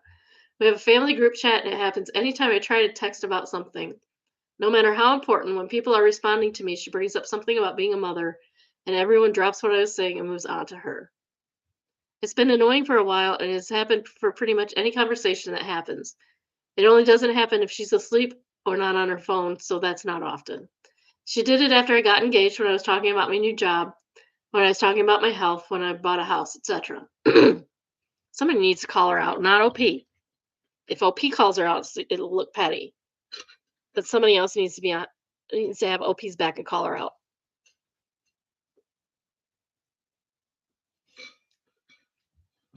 Every time it happens, somebody says, every time it happens, does it happen with everybody else too? That's what I wonder. Is it just her, or is it everyone else that she does this with? Because that would be freaking annoying. But somebody needs to say, oh, that's great, but OP just bought a house. I want to hear about the house. Tell me about the house. I've been a mom. I don't care. At the start of this week, I found out intense restructuring is happening in the company I work at, and my job situation is up in the air. That's stressful and hard. I've obviously been very stressed about it and want to vent, get advice from family members who have been in the workforce longer than I have. So block her for a little while.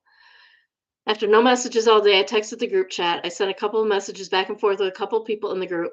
My sister sends a picture of her baby talking about how he wants some milk. Okay, and conversations then turns to being about the baby. I would literally say, okay, Aunt. Well, I wouldn't because I'm too nice. Damn it. Conversation then turns to be about the baby, and I just get really upset because it happened once again, especially since I could tell by the lighting, the picture, that it was taken hours earlier. I privately texted her asking, for once, can a conversation be about me and without you mommy jacking it? She told me I need to grow up and that not everything is about me. Well, not everything is about you either. She apparently then called her mom to tell her about about it. Mom told me I was being an a-hole to send that text and that I need to lighten up. No, she doesn't. I'm assuming word got around because now no one will respond to anything I say in the group chat. AITA for telling my sister to stop mommy jacking every conversation and let me talk about my life. Maybe you should drop these people because they don't seem very nice. Maybe these people are not for you, LP. Square Top says, I think mommy jacking is my new favorite word to describe narcissistic new mothers, NTA. And then she got 15 awards, so she said thank you. King Whale says, I had no idea what it meant at first and didn't relate it to hijacking. My mind went to broken arms. LP answers, if she did that kind of mommy jacking, I'd be so supportive. ATA, holy crap, I read this comment so wrong. I know the reference. I just read it as she is a mom who gets jacked with big muscles and the arms feel broken because she worked out so hard. Not the brother Reddit story. I feel shame because I know that lore.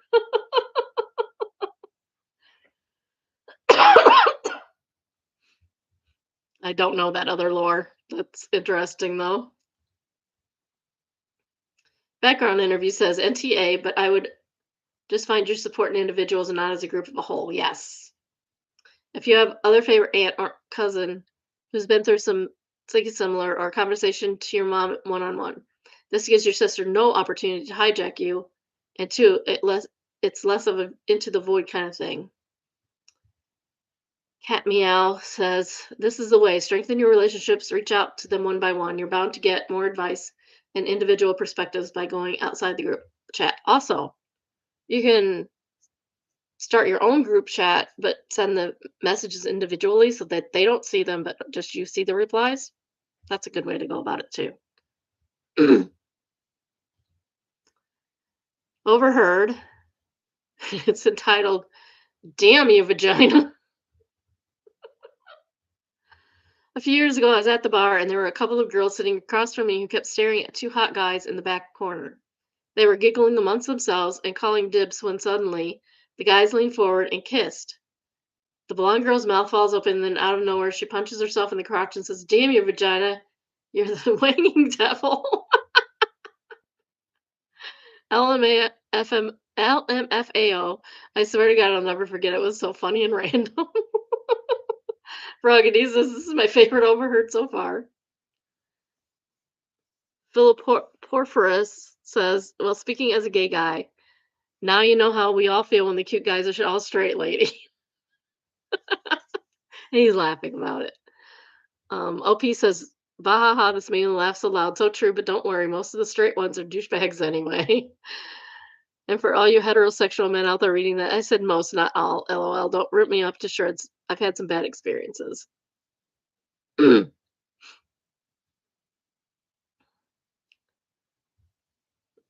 Rock says a possessed vagina. Just wait until it vomits green slime. I don't know why. I hope DV Rocks doesn't mean what I'm reading it as. Because I'm reading that as domestic violence. Domestic violence does not rock at all. Oh, that's pretty funny.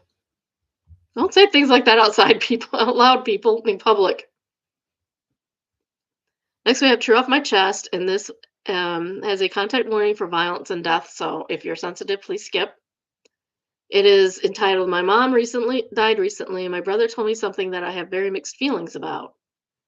My mother was very abusive when I was young. It was not uncommon for me or my siblings to have a belt or branch from the willow tree in the neighbor's yard to take into our backsides, our backs, our legs if we tried to run. I remember once when I was very little, I wedged myself under my twin bed, and she lay on her side, extending her arm under to swing the belt at anything she could reach, until I had to flee to the other side, where she caught me and continued the punishment. Okay, know how that is. Personal experience, know how that is. I'm explaining how bad it was so I can explain how wanging weird it was one day when I was 13. I woke up to a different mother. She barely looked at or spoke with any of her kids. She was almost never home, and when she was, she would pointedly ignore everyone else unless she needed something, which wasn't neglectful, but she kept the bills paid, and it was so much better than before. No one complained. Yeah, if you've been in a really bad situation, a not so bad situation seems pretty dang good. My older brother and I made sure the younger ones were fed in school, and we never talked about, which is also abuse. Parentification is also abuse. A few weeks ago, my brother got a call about her passing in the nursing home. We collected her ashes and got rid of them as a family. Got rid of them. We didn't have a memorial. We didn't do this. We didn't do that. We got rid of them. Wow. I mean, that says a lot about how you feel about your mom, which is okay. You're entitled to your feelings. It's fine to feel that way, but it does say how you feel about your mom. We all had a drink and everyone left except my older brother, whom I'll call Mike. We were sitting in my backyard and talked. He was more than a little drunk when he brought up her personality change. I shrugged and made a joke about her being visited by the three ghosts of not hitting your kids, and he laughed at first. Then he told me what really happened. When I was 13, Mike was 15. He had come home later than expected from school event, and Mom had been ready with the belt. Mike shoved her down on the floor before she could hit him and said something to her. He couldn't remember the words he used then. Give him a break. He's 30 now. Oh, wow. So this is only 15 years ago. I mean, I expect this from people born and raised in the 60s and 70s, but not current kids. Holy cow. It said something like, I am bigger than you now. One day we'll all be bigger than you, and you will be old and small. Have you ever considered what we could all do together? What will you do when I'm big enough to finish all of this on my own? And something about her not thinking of the future. He distinctly remembered repeating things about her, about being bigger and meaner than her now, until she just told him to go to his room. He was crying by the end of the story, and he said he doesn't regret it, but he's felt guilty ever since because he had hurt and threatened his own mother, and he had meant it. Do not feel guilty about this, sir. Do not feel guilty about this. This is not something you feel guilty for. You didn't do it again. It wasn't repeat behavior all the time like your mother. You have nothing to feel guilty over. You did the right thing, in my opinion. He slept at my place and went home to his family the next morning. We haven't spoken about it since, and it is so traumatic. I'm torn between being so proud of him for protecting his family the only way he knew how, but also my heart aches for him because he is still torn up over our mother. The same mother who would rather ignore her children entirely than not hit them. I don't know how to bring it up again. Every time we've spoken since, he seems like his usual self, but I really think he should maybe try to talk to somebody about it. He should be in therapy for sure. But I also know if I bring it up, he would brush me off since he's done it over therapy suggestions before, and that was before I knew all of this. He definitely needs therapy. He's going to do something that he regrets, I feel.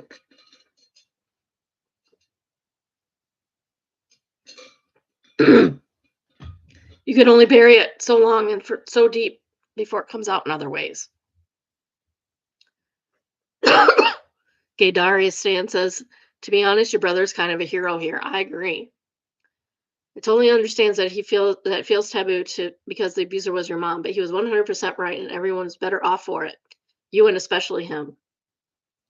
Honestly, just saying that, thank you for standing up and stopping her. You did a good thing, and we don't think less of you for it. It had to be done. Would do more than any therapy session. Just knowing that you all don't judge him harshly for it. Throwaway, or the OP says, I said something along those lines that night, but he was just sobbing. No, you have to say it again later. You have to say it when they're not in the throes of their deepest, darkest. The others don't know about it. I am just so worried it clearly waited on him, although he did nothing wrong.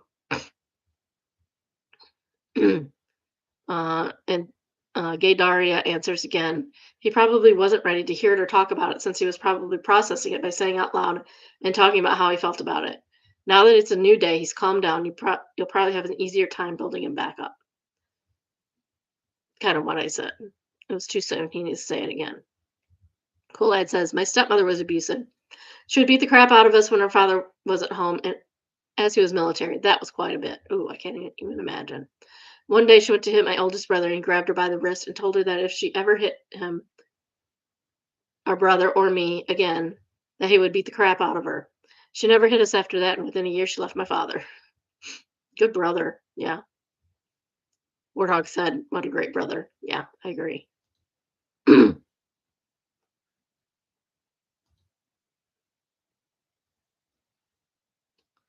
Flat Fennel says, so much respect for your brother. Even at 15, he was a way smarter person than your mother ever was. If possible, he should go to therapy. No 15-year-old should go through that. I'm glad you guys are close. Yeah, me too. This is from What Do I Do? And it's entitled, I've quit smoking weed and my boyfriend is mad about it. So for context, I'm 30. I've been smoking weed every day since like 15. Oh my, that's not good. That's not good for your little brain. I have 2 children from a previous relationship. I've been with my partner for 5 years and he has borderline personality disorder and he also smokes weed. 5 days ago, I quit cold turkey. I told him as soon as I turned 30, I would be quitting. I turned 30 in October of 2025. So now I'm 5 days clean and I'm proud of myself and I have no cravings. I'm getting up earlier and doing more. Good for you. Good for you, OP. My boyfriend is not supported. He's barely speaking to me after an argument we had 2 days ago because he thinks I should just cut down. And I've told him no, me and the kids deserve sober me. Good that you recognize that, OP. Would that you have recognized that sooner, but good that you recognize it now. Today he said if I changed so drastically, I'd be manic. I said, I don't have a mental health issue, so it's okay. He replied, I disagree. You're changing too much. I don't understand why me quitting weed and getting up earlier is hurting him. Why does he feel like I'm doing this against him? I'm finding the whole thing odd. I mean, we're now spending less money and the weed lasts longer. I don't get why it's such an issue. Edit, I haven't told him to quit, cut down, or anything. I've told him a lot. I'm not bothered that he's still smoking. Edit, sorry, BPD means borderline personality disorder. Red flags for this guy. You need to get out of this relationship. He doesn't like that you're not doing weed. He doesn't like it, and it makes him think that you think that you're better than him. Almost certainly. Or something along that line. But good for you. Congratulations. Unless he's 100% holistically supportive, you should get your kids away from him.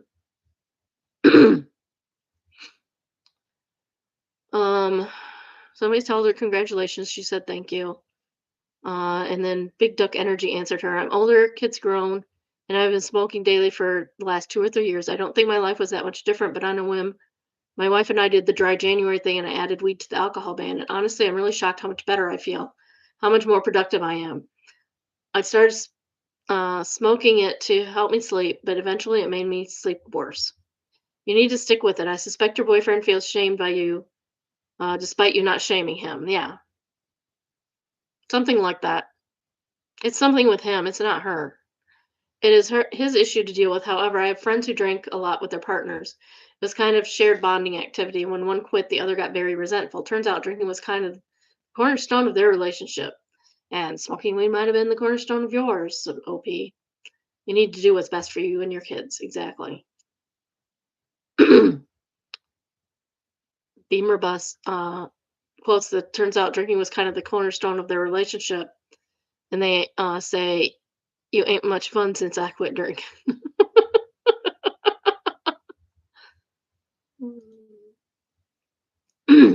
Turkish Landing says he's scared of change. You're doing the right thing. Good for you. He may be scared that you're getting healthier and will eventually lead to your not wanting to be with him too. So that may be part of his fear. And that's a genuine fear. And it may happen. And you know what? That's okay. That's okay. She might outgrow him. It happens sometimes. You don't grow together, you grow apart. Mildly infuriating. I was on the bus and my earphone fell into the hole that leads directly to that leads directly to the street. And they even took a picture. And you can see the case with one earphone and the hole it fell into. That stinks. I am so sorry. That's an expensive thing. I guess don't take your earbuds out in places where there are holes. Responsible Bank says you couldn't do that on a bet. Initial ad says I came here to say I couldn't do it if I tried. I always say it whenever some BS like this happens to me.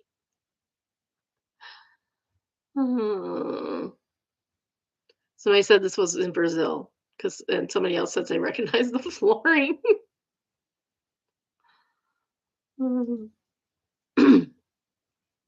Disastrous Age says not mildly infuriating, very infuriating.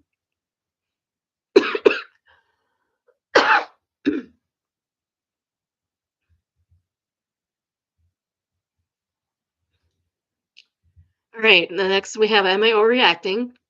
AIO, my husband, 26 male, locked me, 25 female, out for 25 minutes. My husband and I have a 3-year-old girl, twins. I'm currently 6 months pregnant with our third. We got in an argument over letting our daughters play outside. We got hit hard with the snow, but we both had to work, so we didn't really have a chance to let the girls play in it. We were both off work today, so I thought it would be the perfect opportunity. This was the first winter they're old enough to care about snow, and they were mesmerized by it. Yeah, little kids are fun with snow. So this morning I told my husband I'm going to take the girls out to play. He said he didn't want to come because it's too cold. Yeah, I don't like going out in the cold. I said, that's fine, I'm taking them out. He said he didn't want any of us going out because it's too cold, the girls would get sick. I kind of laughed it off. We won't be out long. It's 25 degrees at -20, and I probably didn't handle it the best and brushed him off, but he dropped after that. Yeah, 25 degrees is not that cold. I mean, it's cold. It's cold enough to snow and stuff, but it's not that cold. And cold doesn't cause illness. Cold does not cause illness. There have been studies about this. I got the girls bundled up and we headed out front. We had fun for a few minutes and they loved it, but within 10 minutes, my husband was standing at the front door calling for the girls to come in. They go inside and I'm kind of standing in the front yard annoyed for a moment.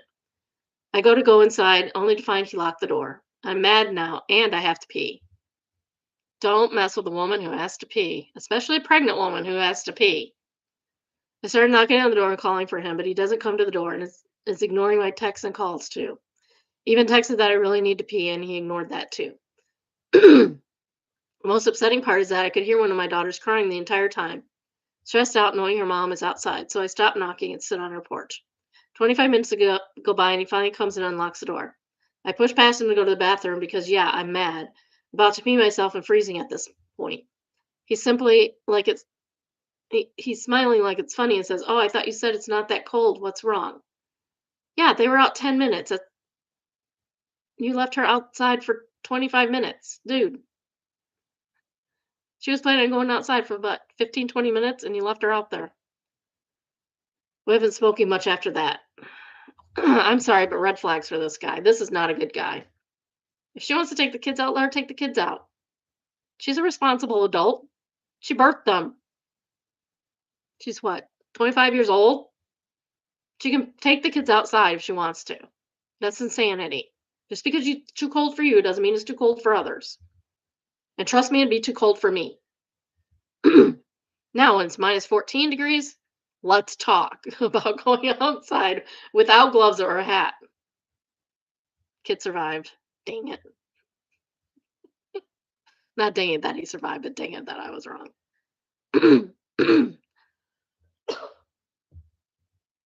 He's genuinely never done something like this before. He's caring and not punishing or vindictive, so this really isn't in his nature.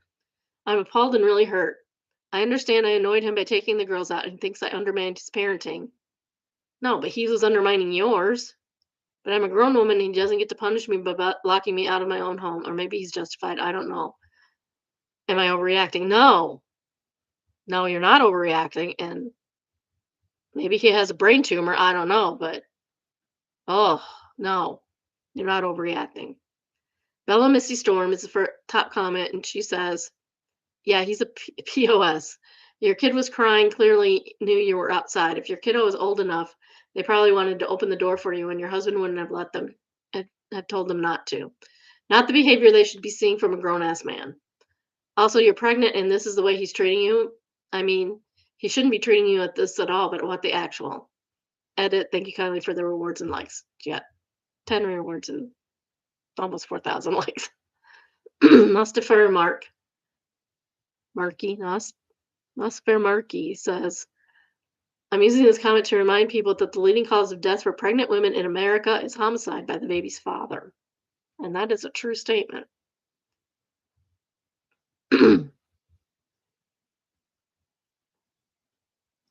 Dude Huckleberry says, I'm normally not the typical Redditor, but this is deeply cruel and disturbing behavior. I'd honestly have immediately taken the girls and left. Chime says, not a react, and I would have called the cops from the porch. I would have too. Like, he won't let me in, and it's freezing out here. Of course, they probably wouldn't have gotten there within the 25 minutes.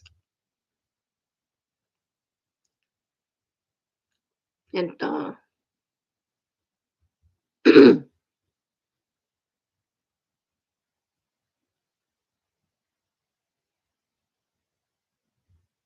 yeah, everybody says she's not overreacting. Obsolete Complete says, and not overreacting. There's a big difference between going inside and actively playing in the snow for a few minutes and sitting out in the freezing cold. Exactly. She's not moving around to stay warm. She's also got to pee, which is uncomfortable as heck. People take their kids skiing all the time. There are also countries that leave their children to nap outside in the snow in their prams, appropriately clothed and covered, of course. Also, it isn't even about being cold so much. He refused you to access to your own home. He separated you from your children while they were distressed. Could have made you soil yourself and showed your girls that men don't need to respect women they are in a relationship with. All to teach you a lesson because you dared to disagree, to not agree with his every opinion and decide to create a beautiful moment for your kids instead. Could have been a beautiful moment. It wasn't. Now, would he have felt how would he have felt if you had to go to your neighbor to use the bathroom and explain exactly why to them? That's what she should have done. Should have gone to the neighbors. Would he have been embarrassed for other people to have known what he did to you, or would he have stood by it?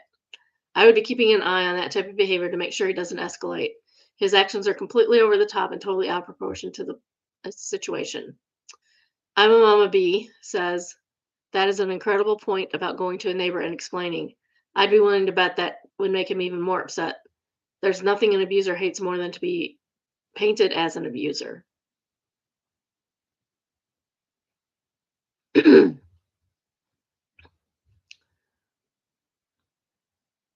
Breely Wise says, my father was a complete a-hole and would often scream for days at a time at my mother, just totally winged, unhinged crap. He would flip a switch and be totally calm and reasonable at any time anyone else came through, though. So the two of us sobbing and crying would look like unhinged ones. Yeah. People don't believe what happens in other people's houses because they don't see it. They just see this kind, sweet stepmother doing the best she can with this ungrateful little stepdaughter that's not doing anything wrong. I remember once I called my best friend to see if I could go over to her house while he was screaming and ranting about something. He realized I was on the phone while he was in the middle of some rant. He got so mad that someone else heard his abuse and told me never to be on the phone while he was yelling again. If you're too embarrassed to have someone else witness how you're treating your family, maybe you shouldn't be treating them like that. 110%.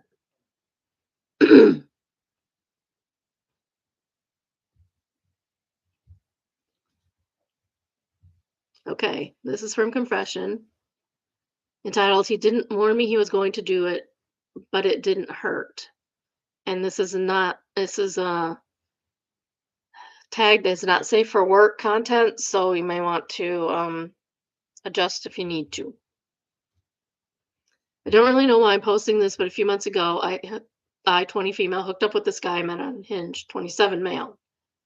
Okay, that's too far distant. I realize you're 20 years old and you can do what you want, but try to stick to like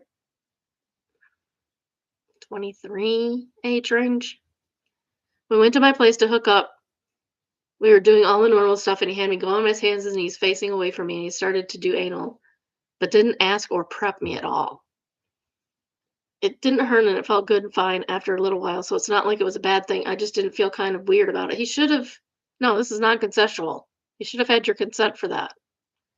I've never done that before, but I was waiting until I had more practice with toys and stuff and really felt comfortable with a boyfriend or something. Again, I don't know why I posted this or what I expect anyone to say, but I can't stop thinking about it. Because you were raped. Please don't message me thinking I uploaded this as some kind of kink. I'm not into that, and I don't wish to partake.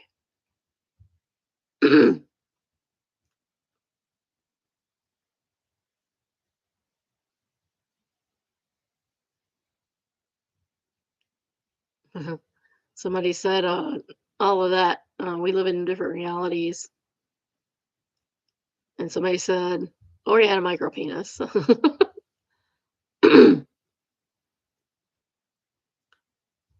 Nobody's believing her. That's interesting. Somebody said they have a condition where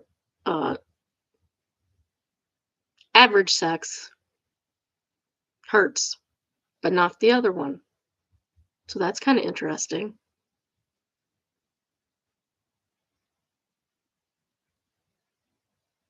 And she says that she can't afford insurance to get it fixed. And yeah, somebody said just do pelvic floor exercise and says you'll find some. Just to Google pelvic floor. Oh my.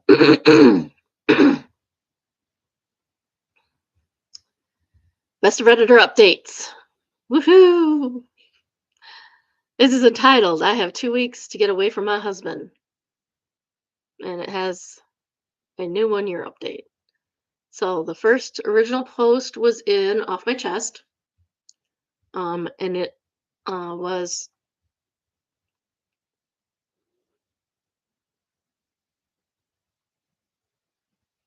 sorry. Entitled what the title says. April 27, 2024.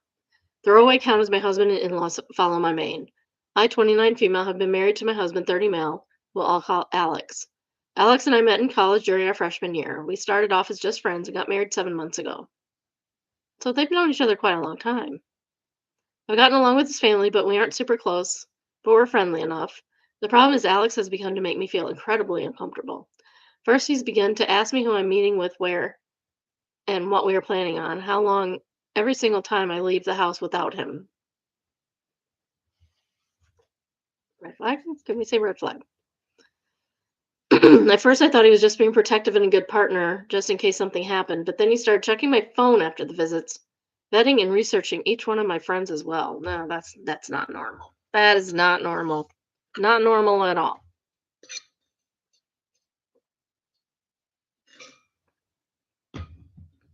Even married people are allowed to have friends outside the marriage. That is private.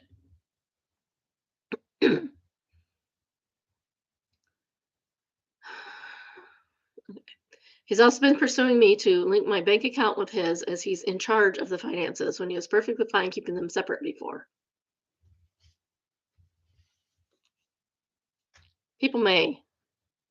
One partner may navigate the finances, but they are not in charge of the finances. Like my husband does everything with the finance stuff. But he keeps me in the loop, keeps me informed. I know where everything is, what if I need something. Now it's even easier because we got a financial advisor, so they're doing all this stuff for us. It's great.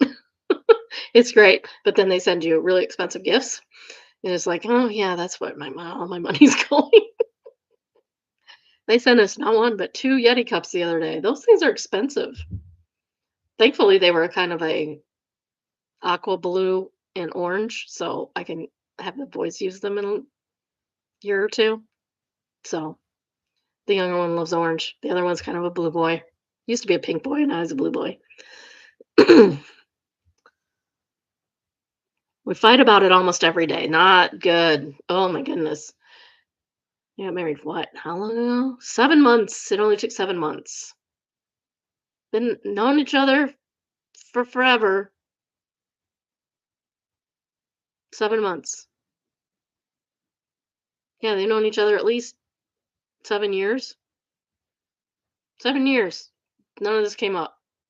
Some people really do change as soon as they get in a situation where they can think they can control someone. Finally, yesterday, when he was preparing to go on a work trip for 2 weeks in California, he demanded I wear a tracker so he could keep an eye on me while he's gone. Hell no. Oh my God, no. I can't do this anymore. I feel like I'm suffocating. And his family, whom I've spoken to about this worrying behavior, just said he's being careful and protective as a good husband should be. No. I need to gather my things and find a way to be gone before he gets home without tipping him off. He's always threatened that if he ever found me cheating on him, he'd turn in divorce papers the same day. Well, good luck with that, because that takes time. He keeps a copy filled out in his desk, so steal the copy. I'm going to submit those the day I leave. But there's so much to do, beginning with finding a new place to live, seeing if my job has any transfers available, packing and moving in 2 weeks, his return flight, May 11th. So I need to move quickly. I'm posting here because I don't have any close family, and I can't risk dragging my friends into this as we share the same friends. I just need a place to vent and ask if anyone has any advice on the easiest and safest way to do this. Edit. OMG, you guys are amazing. I never thought to not use his divorce papers. I'll check for cameras before I start packing or prepping. I may also shred his divorce papers just in case and look to getting a lawyer for myself. I'm in a no-fault divorce state. That much, so I remember, which will help. I will update again when I know more. The tracker he wants me to use is a small clip to put on my belt or waistband. I'll wear it unless I'm going or doing something related to me leaving. No pets yet, thankfully. And no kids either, thank goodness. Update April 28th, 2024. So that's the next day. So I've gotten a lot of support and helpful advice along with questions I thought I should clarify before I proceed with the update. Someone asked why I'd be hiding things from Alex in regards to going out and whom I'm meeting with. I don't have anything to hide. However, when he begins to double check everything I tell him with other people, there right down to each person I talked to and what I said. Did I send any text messages? Did I order food? How much did I eat? And then when it's over, I start to feel like I'm slowly being pushed into a corner. It didn't start that bad, but it gradually grew worse over time. He's been escalating. That's called escalating. All of the Reddit subs my in-law family are part of are related to gardening and DIY, so I highly doubt they'll see this. If so, by the time they do, I hopefully be gone. I talked to my job and explained things to my manager, and they promised to look into openings in other states to see if they could get me into one. They'll have an update on that in 3 days. I trust that my bank account is US secured, considering he's tried to get into it before and failed. I found one camera in the kitchen, another in the living room, and one in our bedroom. As such, I've left them in place for now and done all the other planning either in the bathroom or pretending I'm taking a bath. I'm honestly staying away from the domestic violence services as my sister-in-law is unfortunately higher up in those, considering she volunteers there, and I have a feeling that if I did show up there, they would know in a heartbeat. Yeah, that's best, stay away from there or go to another county or something. I can't look for apartments until I get the update from my work, but either or I'm still going to be leaving that state. The day before I do, I will be changing my number carrier, your phone carrier, or your number, because you could do either or both, and wiping my laptop of all his electronics before I do. I've met 2 lawyers so far and had them look over the paperwork. My husband has prepared both and said that it did have some clauses in it that could have caused me some trouble down the line. What alarmed all of us close to the fact that several of the clauses dealt with future children and not as a hypothetical, like several here suggested I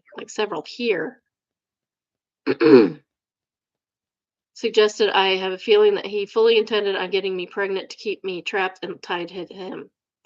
There are 3 other locations my job could send me to, and I have, as a precaution, begun to look at all 3 cities and housing in the area, just in case one of those is the one they send me to. Even if they don't have an opening that they can push me into, I will just have to quit and move and figure things out on my own. I have enough money to live and survive for a few months until I can pick up another job. Unfortunately, all of her friends are mutuals, which is disturbing also because she doesn't have her own friends. Has he isolated her from her family and friends before this? Because she doesn't have family, she doesn't have friends? It's worrisome.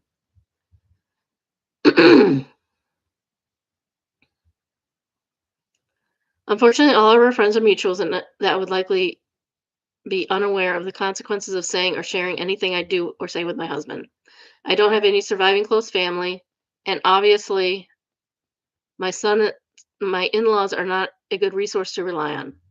I am on my own, unfortunately, other than those wonderful bonds I've begun to make here. I will update again if I get more information or something else happens. Otherwise, I'll update when my work gets back to me. I do plan on leaving before he returns, though, just to make sure that I'm not anywhere near here at the time. Update April 30th, so a couple days later. Good news, my work has an opening and I qualify for that will not only shift me across the country, but also comes with a salary increase as well. Well, good job. I started to tell my in-laws and friends that I'm planning a surprise outing for what my husband gets back for just the two of us. This way people don't give me odd looks if they see me out and about. I've even gone so far as asking mother-in-law to show me his favorite recipes. Meanwhile, I found a moving company that, while small, is willing to work in a storm. The reason is in 5 days, we're supposed to get hit with a large storm front. I plan to shut off the breaker and say we lost power. Oh, good, good plan. Smart. This girl's smart. She's got it on.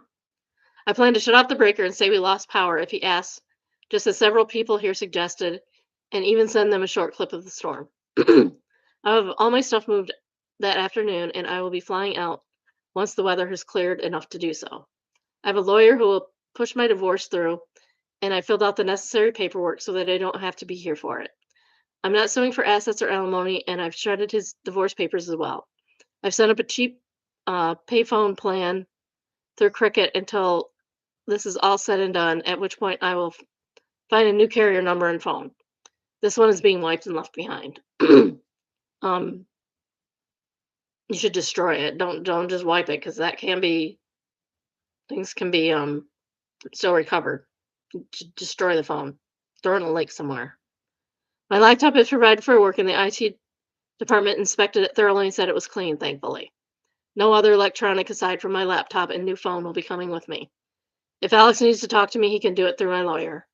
Not sure if anything else will happen. My fingers are crossed that he doesn't think anything's amiss until after I leave. I'm not turning the breaker back on when I do. He can when he gets home. My work is covering the plane ticket. So at least that one expenses I don't have to finagle in. Update 3, May 7th. So about a week or so later. It's been a busy week, but I've gotten so much done. First, I am now out of the house and I'm currently in a hotel while I look for an apartment. It's in a big city, bustling with people no matter where you look. We had a pretty bad storm system hit back home, and it actually lasted 2 days. High winds, thunder, lightning, and even hail everywhere. I didn't take much from the house. My documents, clothes, important sentimental things. I left all the furniture and electronics behind. I cleaned the house top to bottom and took pictures of my phone so he can't claim I damaged anything when I left. And you should also send those immediately to your lawyer, just in case. My lawyer has already started divorce proceedings, and my husband will be served on the 8th. His plane is due to land early morning, and the sheriff will be there at the house waiting for him. Ooh. He's very much about public appearances and reputation. My lawyer will be calling him as well to inform him that I am more than willing to air out everything into the public about his actions if it means securing my freedom from him. I will go to court as long as I must to get this pushed through. And this is after COVID, so you can easily don't have to travel to be in court anymore. Actually, you could do that like 10 years before COVID, but it was rare. I haven't told our friends or his in-laws yet, but I will do that while he's on the flight to prevent him from getting any wind of it before he's landed and handed the divorce papers. I'll be calling around and explaining why we're getting divorced to try and prevent him from twisting this into somehow being my fault. I don't want him to try and claim that I have an affair or something, so I want to get the truth out before he can twist this. That's a good idea, because people tend to believe what they're told first. So it's a very good idea. I'm doing okay. I'm tired, but yet I feel almost jittery and off kilter. I think that's anxiety, and that's normal in the situation. I keep looking over my shoulder and monitoring what I say, even when I don't really need to anymore. Hopefully that'll fade soon. My work is covering the cost of the hotel, and I'm working on getting other things in order. I also need to find a new GP, as I want to get a full test just to make sure everything is okay.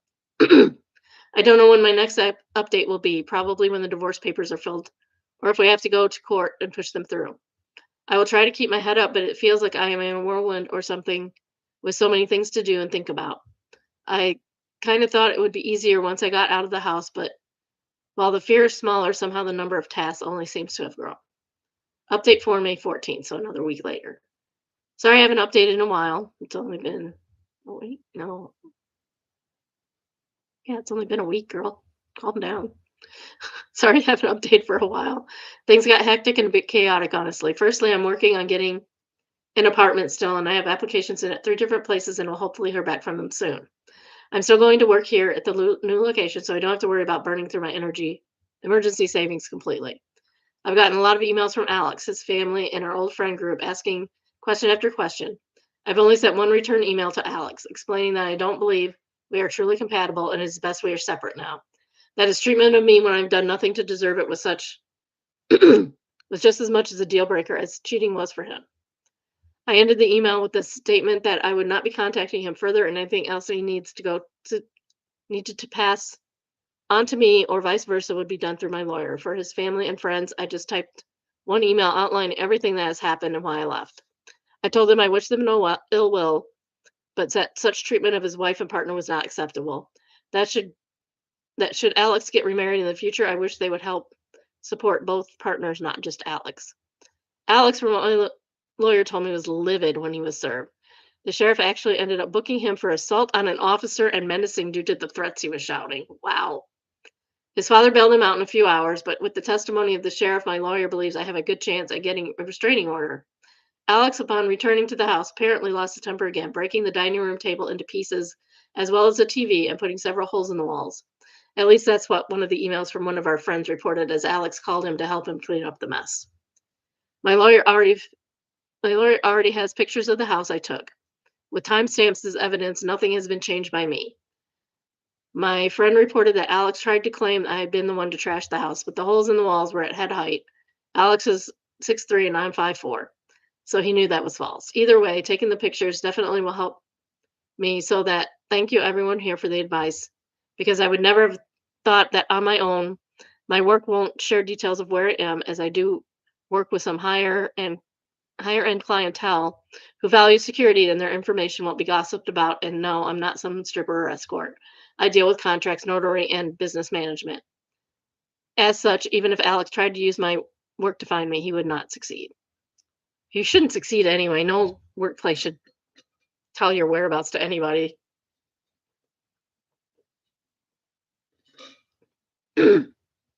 Especially when they know that you're trying to get away from someone. May 26, 2024. It's been a little bit, but I thought I'd answer some questions before giving my update. It may be a while after this until things change. First, I know I didn't bring my car.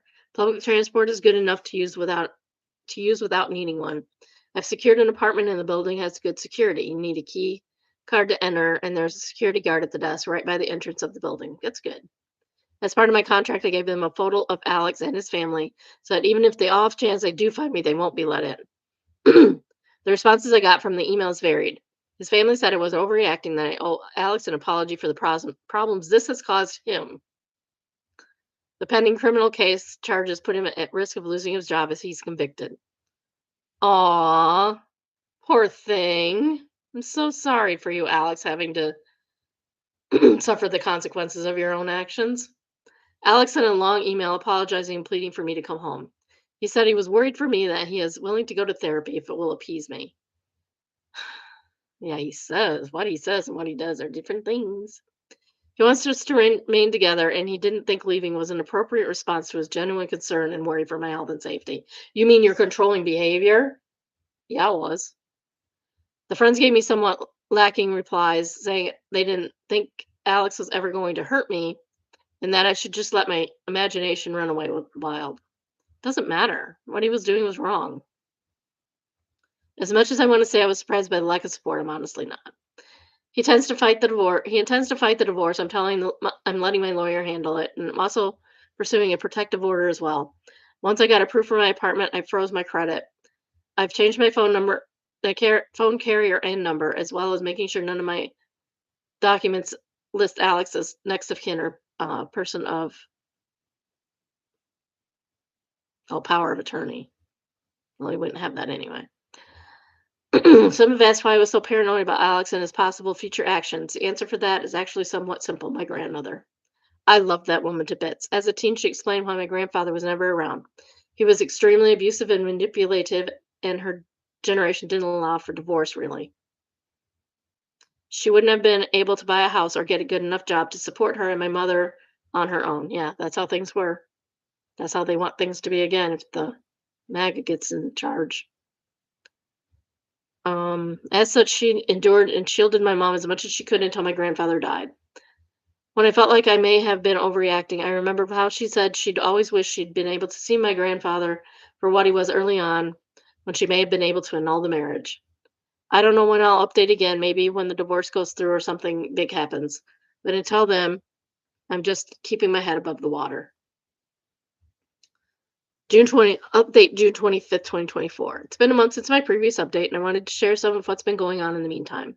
The divorce is proceeding, but even though I don't need him to agree, and he's not, it means I have to go through the courts to get it approved, which stinks. If he'd just sign it, he should be done with him, and he'd be done with her. As such, it could be upwards of 6 months to push it through, even though I'm filing without attempting to claim property, alimony, or compensation. I just want a clean break and separation. Girl, you should go for it all. Although she might not get much. It's only 7 months, less than a year. Alex has attempted to use our friends to reach out to me, and he doesn't want to use my lawyer for communication. He's saying it's disrespectful and cowardly to hide behind my lawyer and not to meet him face to face. Oh well. I disrespect you and I am cowardly. I don't care. Alex wrote me a letter that he did pass off to my lawyer, but the contents were him justifying his actions and claiming that in today's time it's dangerous for women to be on their own, which is why he was so intent on trying to keep me safe from harm. Why is it so dangerous for women to be on their own? I wonder why. I wonder why that would be. Men. He wanted me to understand that he was trying to protect me as best he could and was hurt that I would just lie to him and hide my actions from him related to my dissatisfaction with our marriage and my moving. I didn't reply because at no point did he apologize. All he did was turn everything around on me as I was being overly dramatic, emotional, and cowardly. There was a second letter with Alex's from my sister-in-law. How are you getting these letter? Oh, through the lawyer. Never mind. I'm dumb.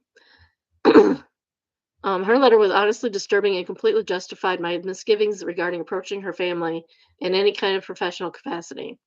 She spent 5 paragraphs detailing how real abuse relationship looks like, and that Alex was the furthest thing from abusive. A, he is abusive, and B, just because it's not abusive as some other abuse doesn't mean it's not abusive. And C, it could easily escalate to being that level of abuse. So shut up, sister-in-law. The details she included were all related to financial abuse and physical abuse, nothing like what Alex had been doing. She stated that my attempts to smear her brother's name for attention and clout made me the abuser, not him. Smear him where? Did she say anything that wasn't true? That's not smearing. Haven't been ready to process that admittedly. Part of me can't help but wonder if she's right. No, she's not. I mean, I blindsided him by leaving as I did. I'm refusing to speak to him at all. My old boss recommended that I look into getting therapy after I move, and I think I need to. You should, yes. I've had a hard time adjusting to being on my own. I keep censoring myself and haven't even gone out to eat yet. I always end up worrying about what if someone sees me? What if I get in trouble for spending my money on something frivolous? Oh my goodness. He really did a number on you, girl. My lawyer is continuing to fight for the divorce, and I shouldn't need to be physically present in court. Any meetings needed between me and the judge can be done via Zoom. Exactly. I'm trying to avoid confrontation with Alex and his family for now, as much as I can, and pass both letters to my lawyer in case he needs them. Our friends are mostly trying to avoid taking sides. Still, I'm honestly approaching the point of just letting them go as well. I'm tired of fighting for them to understand at this point. I don't know if anything is going to happen, so my next update may not be until mid-November, depending on how long it takes to push the divorce through. Work is going well, and it's helpful having something familiar to anchor my day when life is so much changing. It's changing even now. So as of the friends, yeah, drop them all, but keep the door open. Drop them all, and then one by one, they're going to come back to you. It happens every time because they'll find out that everything you said was true. It's going to take a while, but they can come back when they learn better. It's okay to change your mind. about stuff. People should be free to do that. Divorce proceeding update October 17th, 2024. So quite a few months later. It's been a while since I last updated, as I needed to let the court step in, as Alex was not willing to grant my request for divorce. We started with mediated session via Zoom, but after 4 sessions, it was decided that no compromise could be reached between us. And she wasn't even asking for anything. She was not even asking for anything. It's crazy. The things Alex was pushing for were ones I'm not even willing to humor, let alone agree to. He wanted me to tell our friends and those I'd sent information about his actions that I made it up in order to gain sympathy. No. He also wanted me to pay for him for defamation and suffering, especially the wages he lost because of sitting in jail for 2 days and missing work before getting bailed out. Sir, she is not responsible for your actions. You are. Lastly, he wanted me to return and quote, returned and to quote him, stop my foolish behavior and act like a proper wife and partner. Yeah, no. I can't even with the wife and partner crap. So needless to say, our mediated sessions went absolutely nowhere. The judge isn't seem to buy is isn't seeming to buy into Alex's act, thankfully, because he certainly tried. It looked to me too far long to see Alex for who he was. It took me far too long to see Alex for what he was, and part of me feels like an idiot because I didn't see it at all. No, being delusional to yourself, it's something that we all do. Don't feel bad about that. Somebody that thinks the best of people is a fine person themselves. I don't know. Alex ended up arguing with the judge a lot. Don't do that. I've been watching a lot of court stuff, like looking at legal stuff on YouTube. Don't argue with the judge. They do not like it. There was one lady I was watching last week. She kept interrupting him and interrupting him. She finally told him to muted her and told her to shut up. It was great. Alex ended up arguing with the judge a lot, even being held in contempt 4 times. Oh my.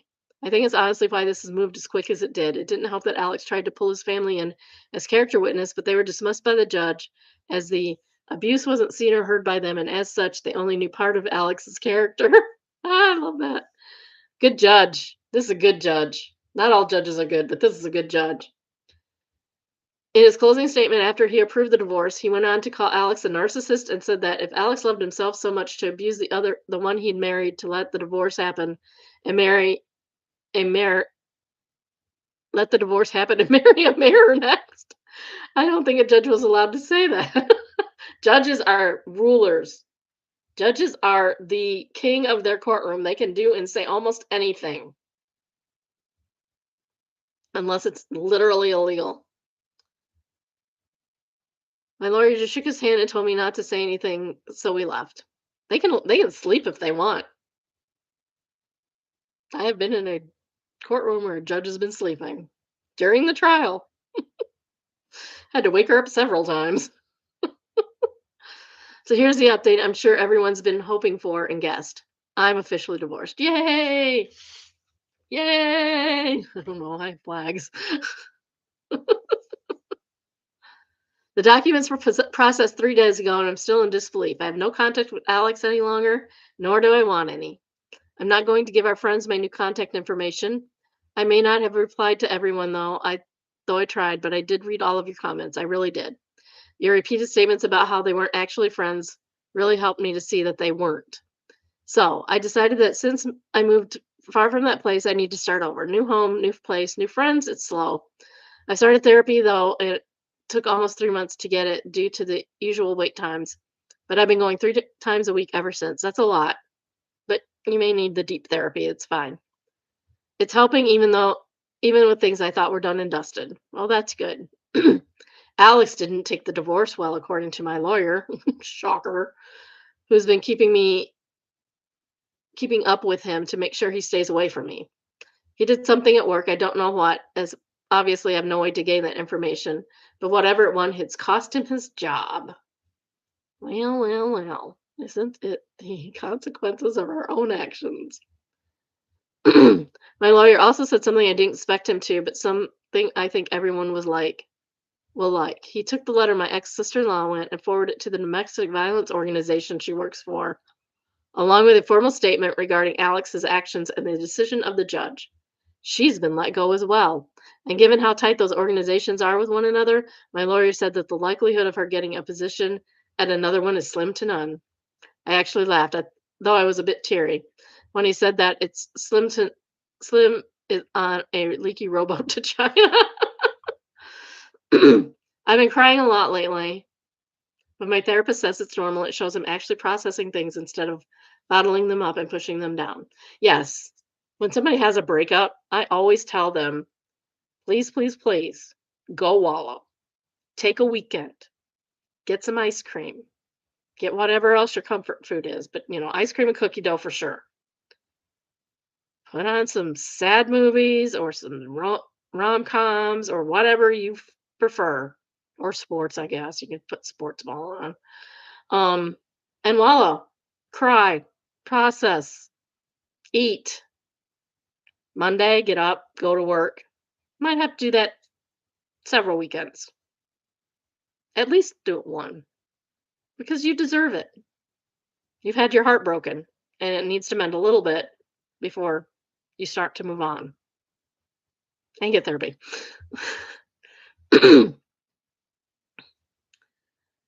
I'll try to update in a month or so if my emotions level out to explain a few more of the details. I wanted to get this out there. Thank you to everyone for their continued support and encouragement. I appreciate each and every one of you. I really do.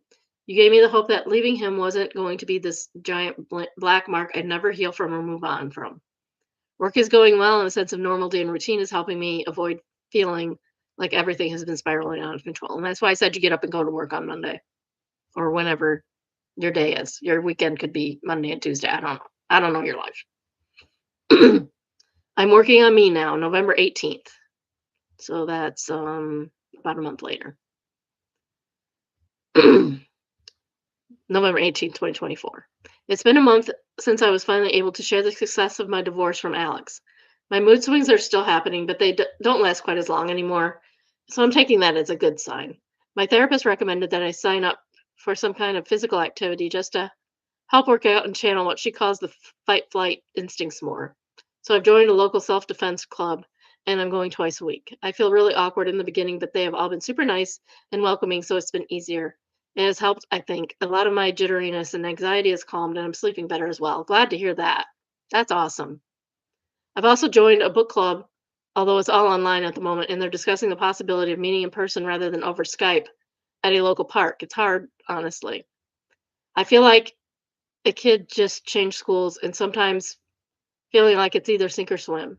My therapist pointed out that if I feel like I'm sinking, to stop, take a step back and remind myself that I have all the control over my actions. If I don't like something, I don't have to do it.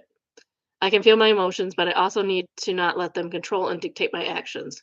She also pointed out how I've developed tendency to try and fix other people's bad moods. So she told me that they're adults and it's not my responsibility to manage anyone else's emotions other than my own. That's probably something she learned over time, either from her own family or from Alex. It's been hard, but I'm getting there. I think a year as a celebration for my divorce, I may go and visit my grandmother's grave, if nothing else, as silly as that may sound. Just want to talk, if nothing else, as silly as that may sound.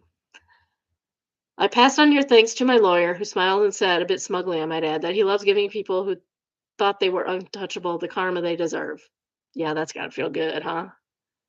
He went on to add that he enjoyed being karma's helping hand. My lawyer has kept abreast of what's been happening with Alex and his sister both, just to make sure they don't try anything. According to him, my sister-in-law threw a fit when she was let go from the DV center, although enough that she was barred from the premises. Now it seems she shares some traits with her brother in regard to her temper. She is now working at Lowe's, apparently, while she was a volunteer at the DV center. She has to pay some fines for damages she caused during the incident that got her banned. Ouch, what did she do? I want to know. I'm so nosy. As for Alex, he's been quiet, which worried me at first. But my lawyer says he's keeping his head down. He's gotten another job with a construction crew, but he has to pay. He cannot afford to lose his job. I was awarded damages for emotional distress and harm, as he never touched me physically. I was able to provide proof of statements thanks to records of the text conversations between Alex and I regarding the tracker not leaving the house without permission. Not leaving the house without permission is wild to me. Like, my husband's going out of town this week. That's not even going to come up about what I'm doing while he's gone. He asked me if I wanted to go with him. I don't.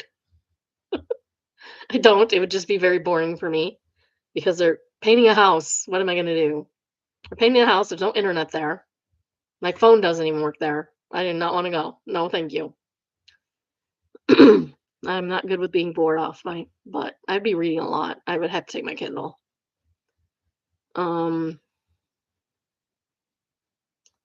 As my financial situation is stable, I don't need alimony, so my lawyer advised not to try for it and focus on compensation for damages instead. Alex's family apparently hates me now. Oh, that's too bad. Bummer. As they reached out to my lawyer, telling him to pass on the message that I've successfully ruined both Alex and his sister's lives over my lies. She could lie till the cows come home, and everything they did is on them. She did nothing to cause them to act the way they did. Honestly, at this point, I'm getting to the point of not caring anymore. Thank goodness. I have only so much to give right now for emotional needs, and I want it for my own, not to expend on somebody else. If that makes any kind of sense. So that's where I am right now. It's hard. Coming up the holidays and being alone for a few weeks ago, I found a kitten in the alleyway next to my work. He's a tiny, ragged little thing. He has black, long hair with 3 white paws, and he was missing his tail. Oh, poor thing. He's got the first vertebrae and nothing else. Oh, poor little kitty. Poor little kitty. According to the vet, my mom may have accidentally bitten it off at birth, which I didn't even know happened. Apparently it does. I did not know that either. That's kind of disturbing. I'm calling him Bandit. So I'm not alone anymore, but now I have a kitten who thinks everything needs to be hunted, including my toes. I wear slippers constantly because those little claws of his are like freaking daggers, I swear. I'll update if anyone wants me to, but yeah, there's for things out. Photos of Bandit per request. Yes. We got our cat tag. Oh my goodness. Oh, I want him so bad. He's so cute. I want to cry. Look how cute he is. He's the cutest ever. Oh my goodness, that face, that hair. Aww. He's adorable. Who wouldn't want Bandit in their life? What a cute little guy. Hello, little kitten. I love that one. He is adorable. Oh, so serious, sir. Oh my goodness. Leave me alone, Mom. I'm trying to sleep. Oh, just the cutest. The cutest. Oh.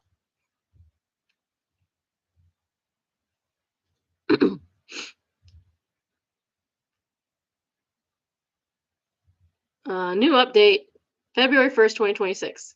The last update was in 2024, remember? The end of November of 2024, before Thanksgiving. Not last year, the year before last. A year ago? Let's see, yesterday, I don't know. Hello, everyone. I know it's been a long time since my last update. I didn't want to bog everyone down with those small little things here and there, as I'm recovering and learning who I am feels like a process that never seems to end. But good things have happened. My life has stabilized, and I wanted to give you all who have supported me and offered me advice and encouragement the update you deserve. So here goes. First, Bandit's doing great. He's a little skittish sometimes. I think from just finding him as a stray cat, some of that still stuck around, but he's quiet and a menace all at once. Sometimes I wonder if he set out a signal because about 5 months ago, another kitten decided to make my house his home, and I couldn't say no, so now I have 2 cats. His name is Maverick, and he lives up and down due to his name constantly. He's a full-time cuddler, as in you sit, he wants on your lap. Aww. And purrs constantly. Adores meat and loves to make bandits live chaos like an annoying little brother. I can provide photos if anyone wants them. Well, yeah, there are photos.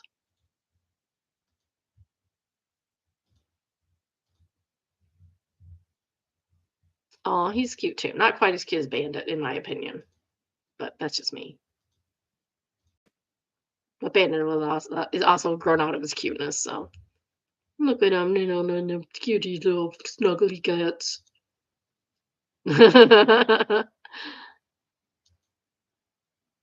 Sleepy cat. He's cute. Oh, Bandit's just adorable, though. I'm sorry. I can't with that cat.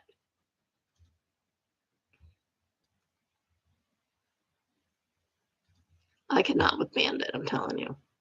Second, my job is going well. It's stable, challenging, it keeps me focused. So I'm not getting lost in my own head all the time as I might have if work was easy. Honey, it's been a year and a half. You should not be bogged down by all of this crap. The rest of the time, I feel like I'm a cat herder and losing. I signed a lease on a new apartment about a month ago. I got a good 1 bedroom, 1 bath apartment that came with a in-unit washer and dryer, which was so excited for, and then I felt old at the same time I got excited over that. Hey, I got a new washer and dryer. You guys know how excited I was. Health-wise, I got a new GP and a bunch of tests run, and thankfully nothing came back clear. Everything came back clear. She did not she did warn I showed signs of high blood pressure, but that could be caused due to stress and circumstance rather than diet or genetics, and encouraged me to continue with my physical exercise. I've also started what I call an international night, where on Friday nights after work, I cook a dish meal from another country. It's been fun. I've had good and bad ones, admittedly, but it's been enjoyable. If anyone wants recipe suggestions, I'd love to hear them.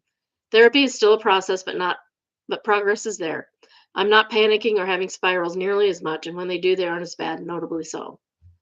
I've made a decent bunch of friends, and while none are sister level yet, they are good people and genuinely care about me. I did visit my grandmother's grave about 2 months ago. Good, that's good. Had a breakdown there, but in spite of the snow, if I still felt warm, if that makes any sense, even if the wind made my face feel like it was a kid licking a frozen pole. Ouch! It helped just to pour it out to someone who understood and couldn't say anything, just to vent and bleed it out. My therapist requested I call her after I did so. It feels weird to have someone so invested in my mental health like that, even outside of her office. Good weird, though. Uh, she needs to watch that show. What's it called? Shrinking? She needs to watch Shrinking.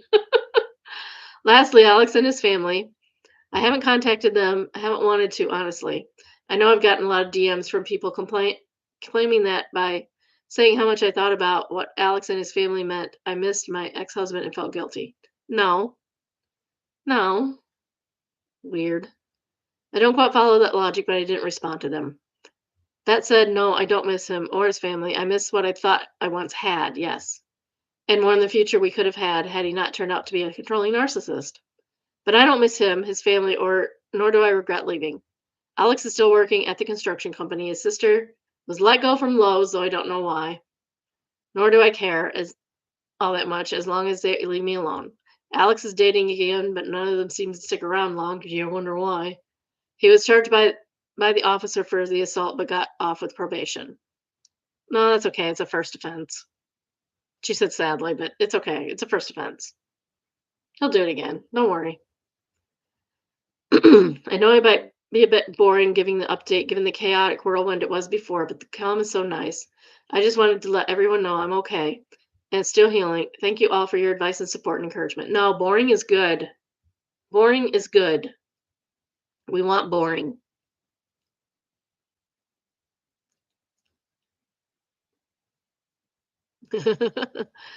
A mortifying ordeal said, quoted her, the last part about people claiming that she missed her husband because and felt guilty. They say, "Do you think a vet misses the battlefield because he wakes up screaming every night?" Butterfly blue butterfly who says, "I was like, I have these people ever heard of anxiety? But your comparison hits out of the park. No notes, 10/10." Yeah, I like that she's mourning now.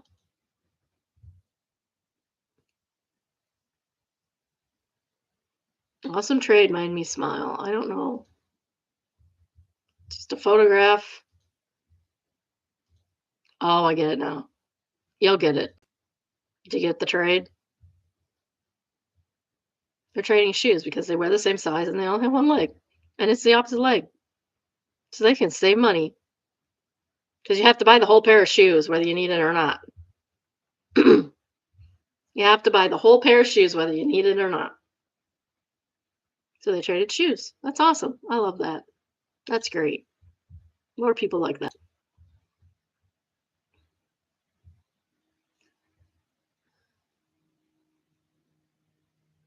Omaha says, I wish there's a website to send paired clothing to items for people experiencing limb loss. Only have a right hand and left glove in so somebody else can use it. Yeah.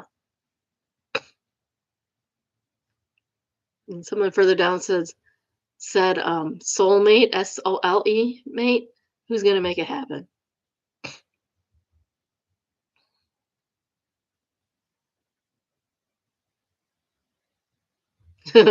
Somebody says there's probably a website or community named that, but it's probably not anything we want to visit.